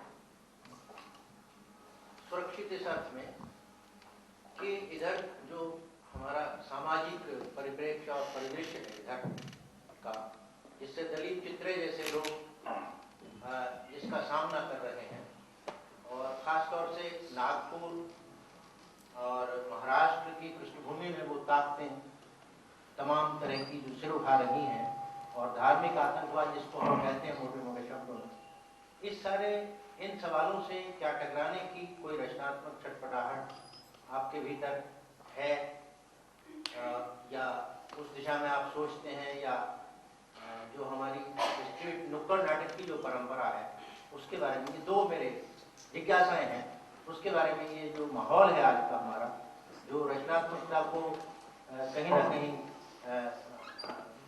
अवरोध पैदा कर रहा है, उसमें स्वाधीन हमारी जो चिंतन है और सामाजिकता है, उसकी एकता को खंडित और तोड़ने की जो कोशिशें हो रही हैं राजनीतिक ताकतों के द्वारा, धार्मिक कठमुल्ला ताकतों के द्वारा, तो एक रचनाकार के रूप में आप इसके बारे में क्या सोचते हैं, और स्ट्रीट प्ले के बारे में क्या सोचते हैं?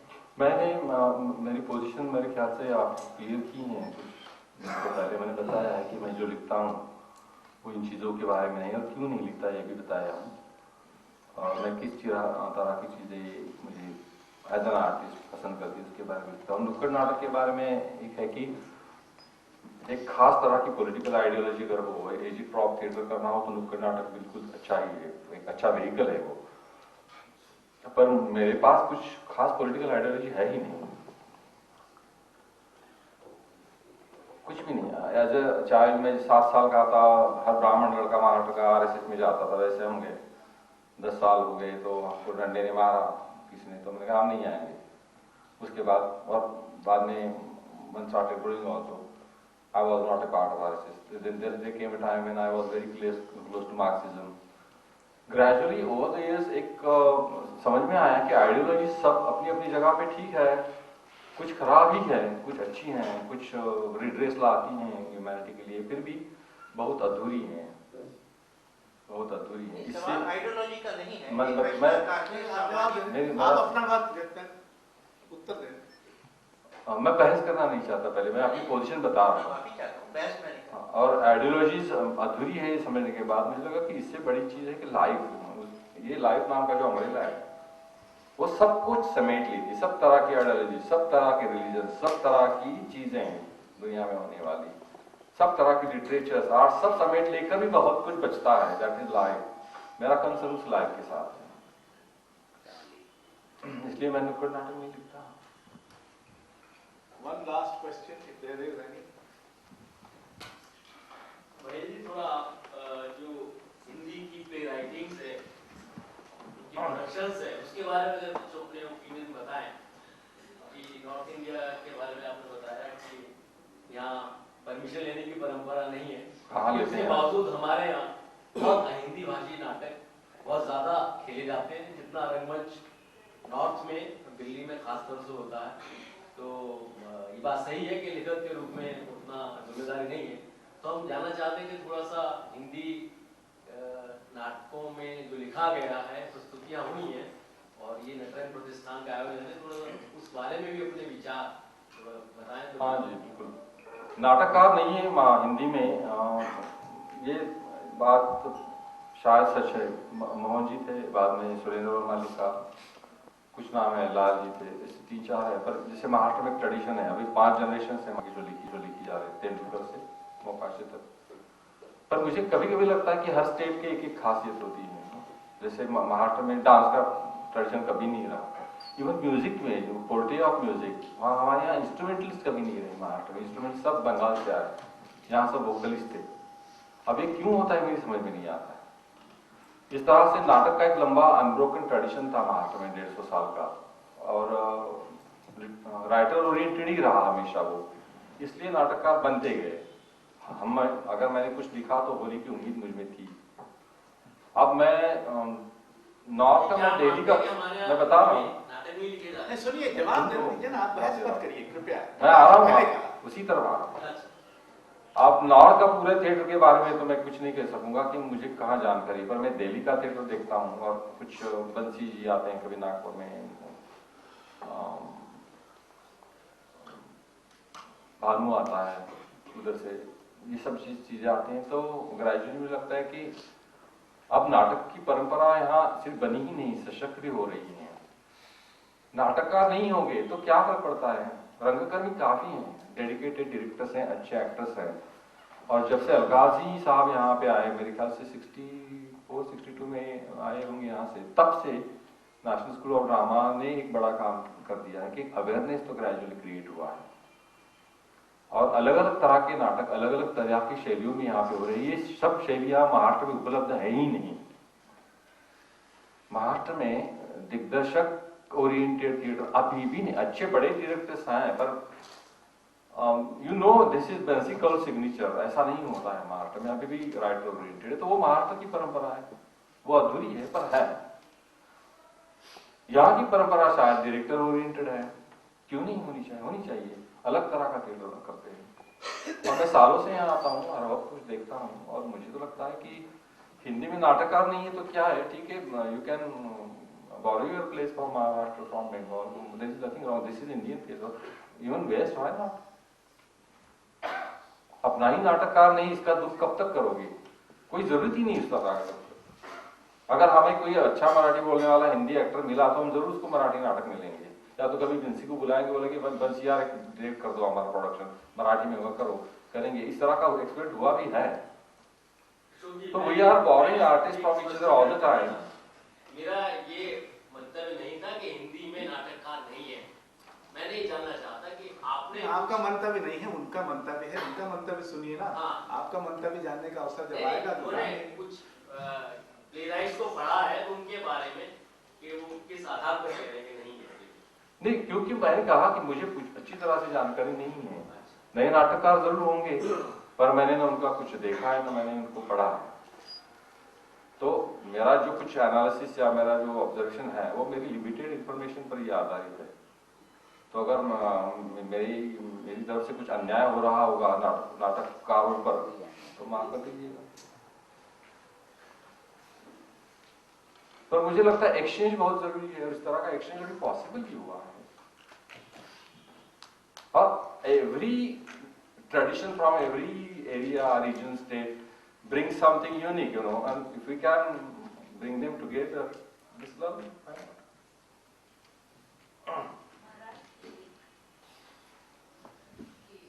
जैसा आपने खुद कहा कि आप अपने नाटकों में सब टेक्स्ट और स्पेसेस, मतलब साइलेंसेस और स्पेसेस से खेलते हैं, और आपने ये भी कहा कि महाराष्ट्र में बहुत वर्बोज और प्ले राइट ओरिएंटेड नाटक हैं। तो उस परंपरा में रहते हुए और लिखते हुए कोई मतलब विशेष कठिनाइयाँ कि वो एक हावी रहती है आपके ऊपर कि ये है हमारी नाटक लिखने की परंपरा, ये इससे कुछ अवरोध हुआ या कि सिर्फ जैसा आपने कहा कि लोगों को पसंद नहीं आते, वहाँ खेलते नहीं ऐसे नाटक, सिर्फ वही परेशानी हुई? नहीं, उससे अवरोध तो कुछ नहीं हुआ, क्योंकि मेरा जो प्रेक्षक वर्ग है वो हमेशा मर्यादित छोटा रहा है एक, और जिस तरह के एरिया में मैं काम कर रहा था मुझे समझने वाले विजय भाई जैसे लोग थे, तेंदुलकर साहब जैसे लोग थे।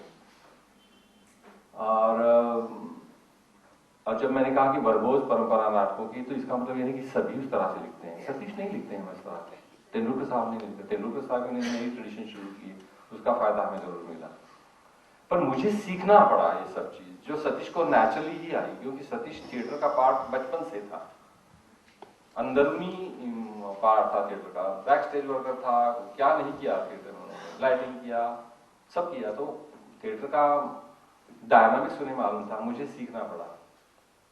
और मेरा you can see the journey from this to this minute. और मेरी शिकायत यंगर जनरेशन से है कि मुझे लगता है कि उनकी टेस्ट ज्यादा सोफिस्टिकेट होनी चाहिए हमसे, कि उनको कितना देखने को मिलता है। पूना में आर्काइव में जाके जितनी तरह की फिल्में देखते हैं लोग, कितने तरह के नाटक देखते हैं। अभी एक्सचेंज ज्यादा होता है तो दिल्ली के नाटक वहां जाते हैं, बंगाल के जाते हैं, कन्नड़ा नाटक सब देखते हैं वो, और फिर भी they are unable to understand somebody who is trying to cover new ground. ये मेरे भी समझ नहीं आता है। And when you are talking to them on a person-to-person basis, you realize that,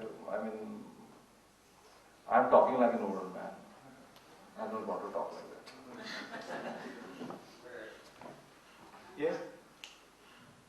नहीं, आपका जितने संदर्भ अभी आपने अपने नाटकों के बारे में, चाहे चरित्र हो, लेकिन एक संदर्भ आप विदर्भ का भी है आपके नाटकों में, और विदर्भ की महाराष्ट्रन जो है मराठी है, लेकिन आपके नाटकों में जो शिल्प है, क्या विदर्भ का कुछ लेना देना उस शिल्प से है? नहीं, मुझे लगता है, क्योंकि महाराष्ट्र में जो अवेलेबल एक तो नाटक की ही परंपरा विदर्भ में नहीं है, बिल्कुल नहीं है। विदर्भ में नाटकों के ग्रुप कभी नहीं थे, पेट्रन्स थे विदर्भ के। Vidarbha is very feudal even now, उस वक्त तो कोई सवाल है। बड़ी लैंडेड जेंट्री थी, 2000 जमीन, 3000 एकड़ जमीन, और ठाट से रहते थे, और पश्चिम महाराष्ट्र से ग्रुप आते थे। बालगंधर्व हमेशा कहते थे कि हमको जब कर्जा हो जाता है तो हम अमरावती चले जाते हैं, नागपुर चले जाते हैं, 2 महीने सब कर्जा पिट जाता है, क्योंकि लोग बैलगाड़ियां लेकर 20-30 माइल वहां आते थे, 4-5 दिन रहते थे नाटक देखने के लिए, पर वो हमेशा देखने वाले रहे, पेट्रन्स रहे। तो नाटक की ट्रेडिशन कभी भी नहीं रही। मैंने ट्रेडिशन अपना ली कि कुछ तो भी देखने के बाद मुझे लगा कि आई कैन डू दैट।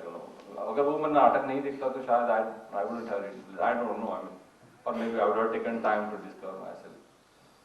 अब विदर्भ का कुछ भी हमारे थिएटर में, विदर्भ ट्रेडिशन थिएटर ट्रेडिशन में दिखती नहीं, क्यों विदर्भ में theatre tradition one thing. Secondly, Maharashtra की थिएटर ट्रेडिशन, जो अर्बन थिएटर ट्रेडिशन है, is basically British theatre tradition. जो आप लिखते हैं, विदर्भ की जो मराठी है, और ऐसा क्यों हुआ कि सारे नाटक जितने आपके हुए या हो सकता मुझे मालूम ना हो, आप क्या विदर्भ की मराठी लिखते हैं जो कि पूना में होती है? नाटक आपके सारे बॉम्बे में हुए, पूना में हुए, लेकिन एक खास तरह की मराठी बोली जाती है और शायद आपके नाटकों उसके में 2-3 मंजी सोशल रिकॉलिजन। एक तो वाड़ाचिरी मंजी में सब विदर्भ की डायलेक्ट है, तीनों पार्ट्स में, पहला दूसरा तीसरा पार्ट में डायलेक्ट सब विदर्भ की, और उसमें जो 2 कैरेक्टर्स की जो बम्बैया बन गए उनकी भाषा सिर्फ बम्बैया है। सेकेंडली महाराष्ट्र में जैसे हर स्टेट में होता है एक प्रमाण भाषा मानी जाती है और बाकी सब डायलेक्ट्स हैं, और जो प्रमाण भाषा यूज करता है, स्टैंडर्ड लैंग्वेज यूज करता है, वो अच्छी लैंग्वेज लिखता है। ये एक गलत फहमी काफी दिन मेरे दिमाग में भी थी। जब कुमुद बेन ने कहा कि लिखो, वराड़ के बारे में जानते हो लिखो, तो मैंने कहा यहाँ तो नेचुरली वराड़ी लैंग्वेज। अब सब नाटकों में वो नहीं है। इसका कारण है कि अर्बनाइजेशन महाराष्ट्र में बहुत ज्यादा है, और मैं हमेशा शहरों में रहा हूँ। मेरे कंसर्न्स और पूना के लोगों के कंसर्न कुछ खास फर्क नहीं है। तीसरा फैक्टर है भाषा की ब्राह्मणीकरण जिसे कहते हैं, और अब्राह्मण। इवन वराड़ी जो डायलेक्ट है वो ब्राह्मणों की वराड़ी डायलेक्ट अलग है और दूसरी जात वालों की वराड़ी डायलेक्ट अलग है। तो एक कहीं तो वो I think being a Brahmin it was probably a Brahminical response to language also. अब अच्छा हुआ आपने सवाल पूछा, क्योंकि और एक नया घुस गया दिमाग में, इसके बारे में सोचना पड़ेगा कि do we respond to languages according to our upbringing and our heritage, our Brahminical heritage. So I realized that I was very proud of being able to speak the standard language of Punaites, and I used to scoff at my own friends who did not speak like that. It was gradually that I realized that this is unfair, this is very undemocratic, and this is totally stupid also. And only then I began to realize the beauty of the variety of dialects. Now we make a deliberate effort, which is rather pathetic, I think, of speaking in variety, my brothers and I. तो इस तरह से तो भाषा जिंदा नहीं रहती है, और ये ग्लोबलाइजेशन में और अर्बनाइजेशन में probably dialects will die. पर जब वराड़ के ही बारे में लिखा था तो वो लैंग्वेज मैंने यूज की है। Otherwise they are basically urban concerns which appeal to the Mumbai Puran, and it is probably a Brahminical response to languages. Now, I mean, this gives me an idea. Supposing if I write about a Maratha and a Dalit living in Mumbai, I will have to use different language. I cannot use the language I used in my place. That's true. That's really true. Good. Thank you.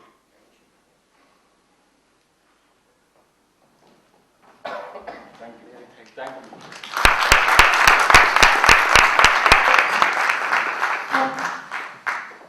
मित्रों, इसके साथ ही श्री महेश हेलकुंचवार से रंग संवाद समाप्त होता है।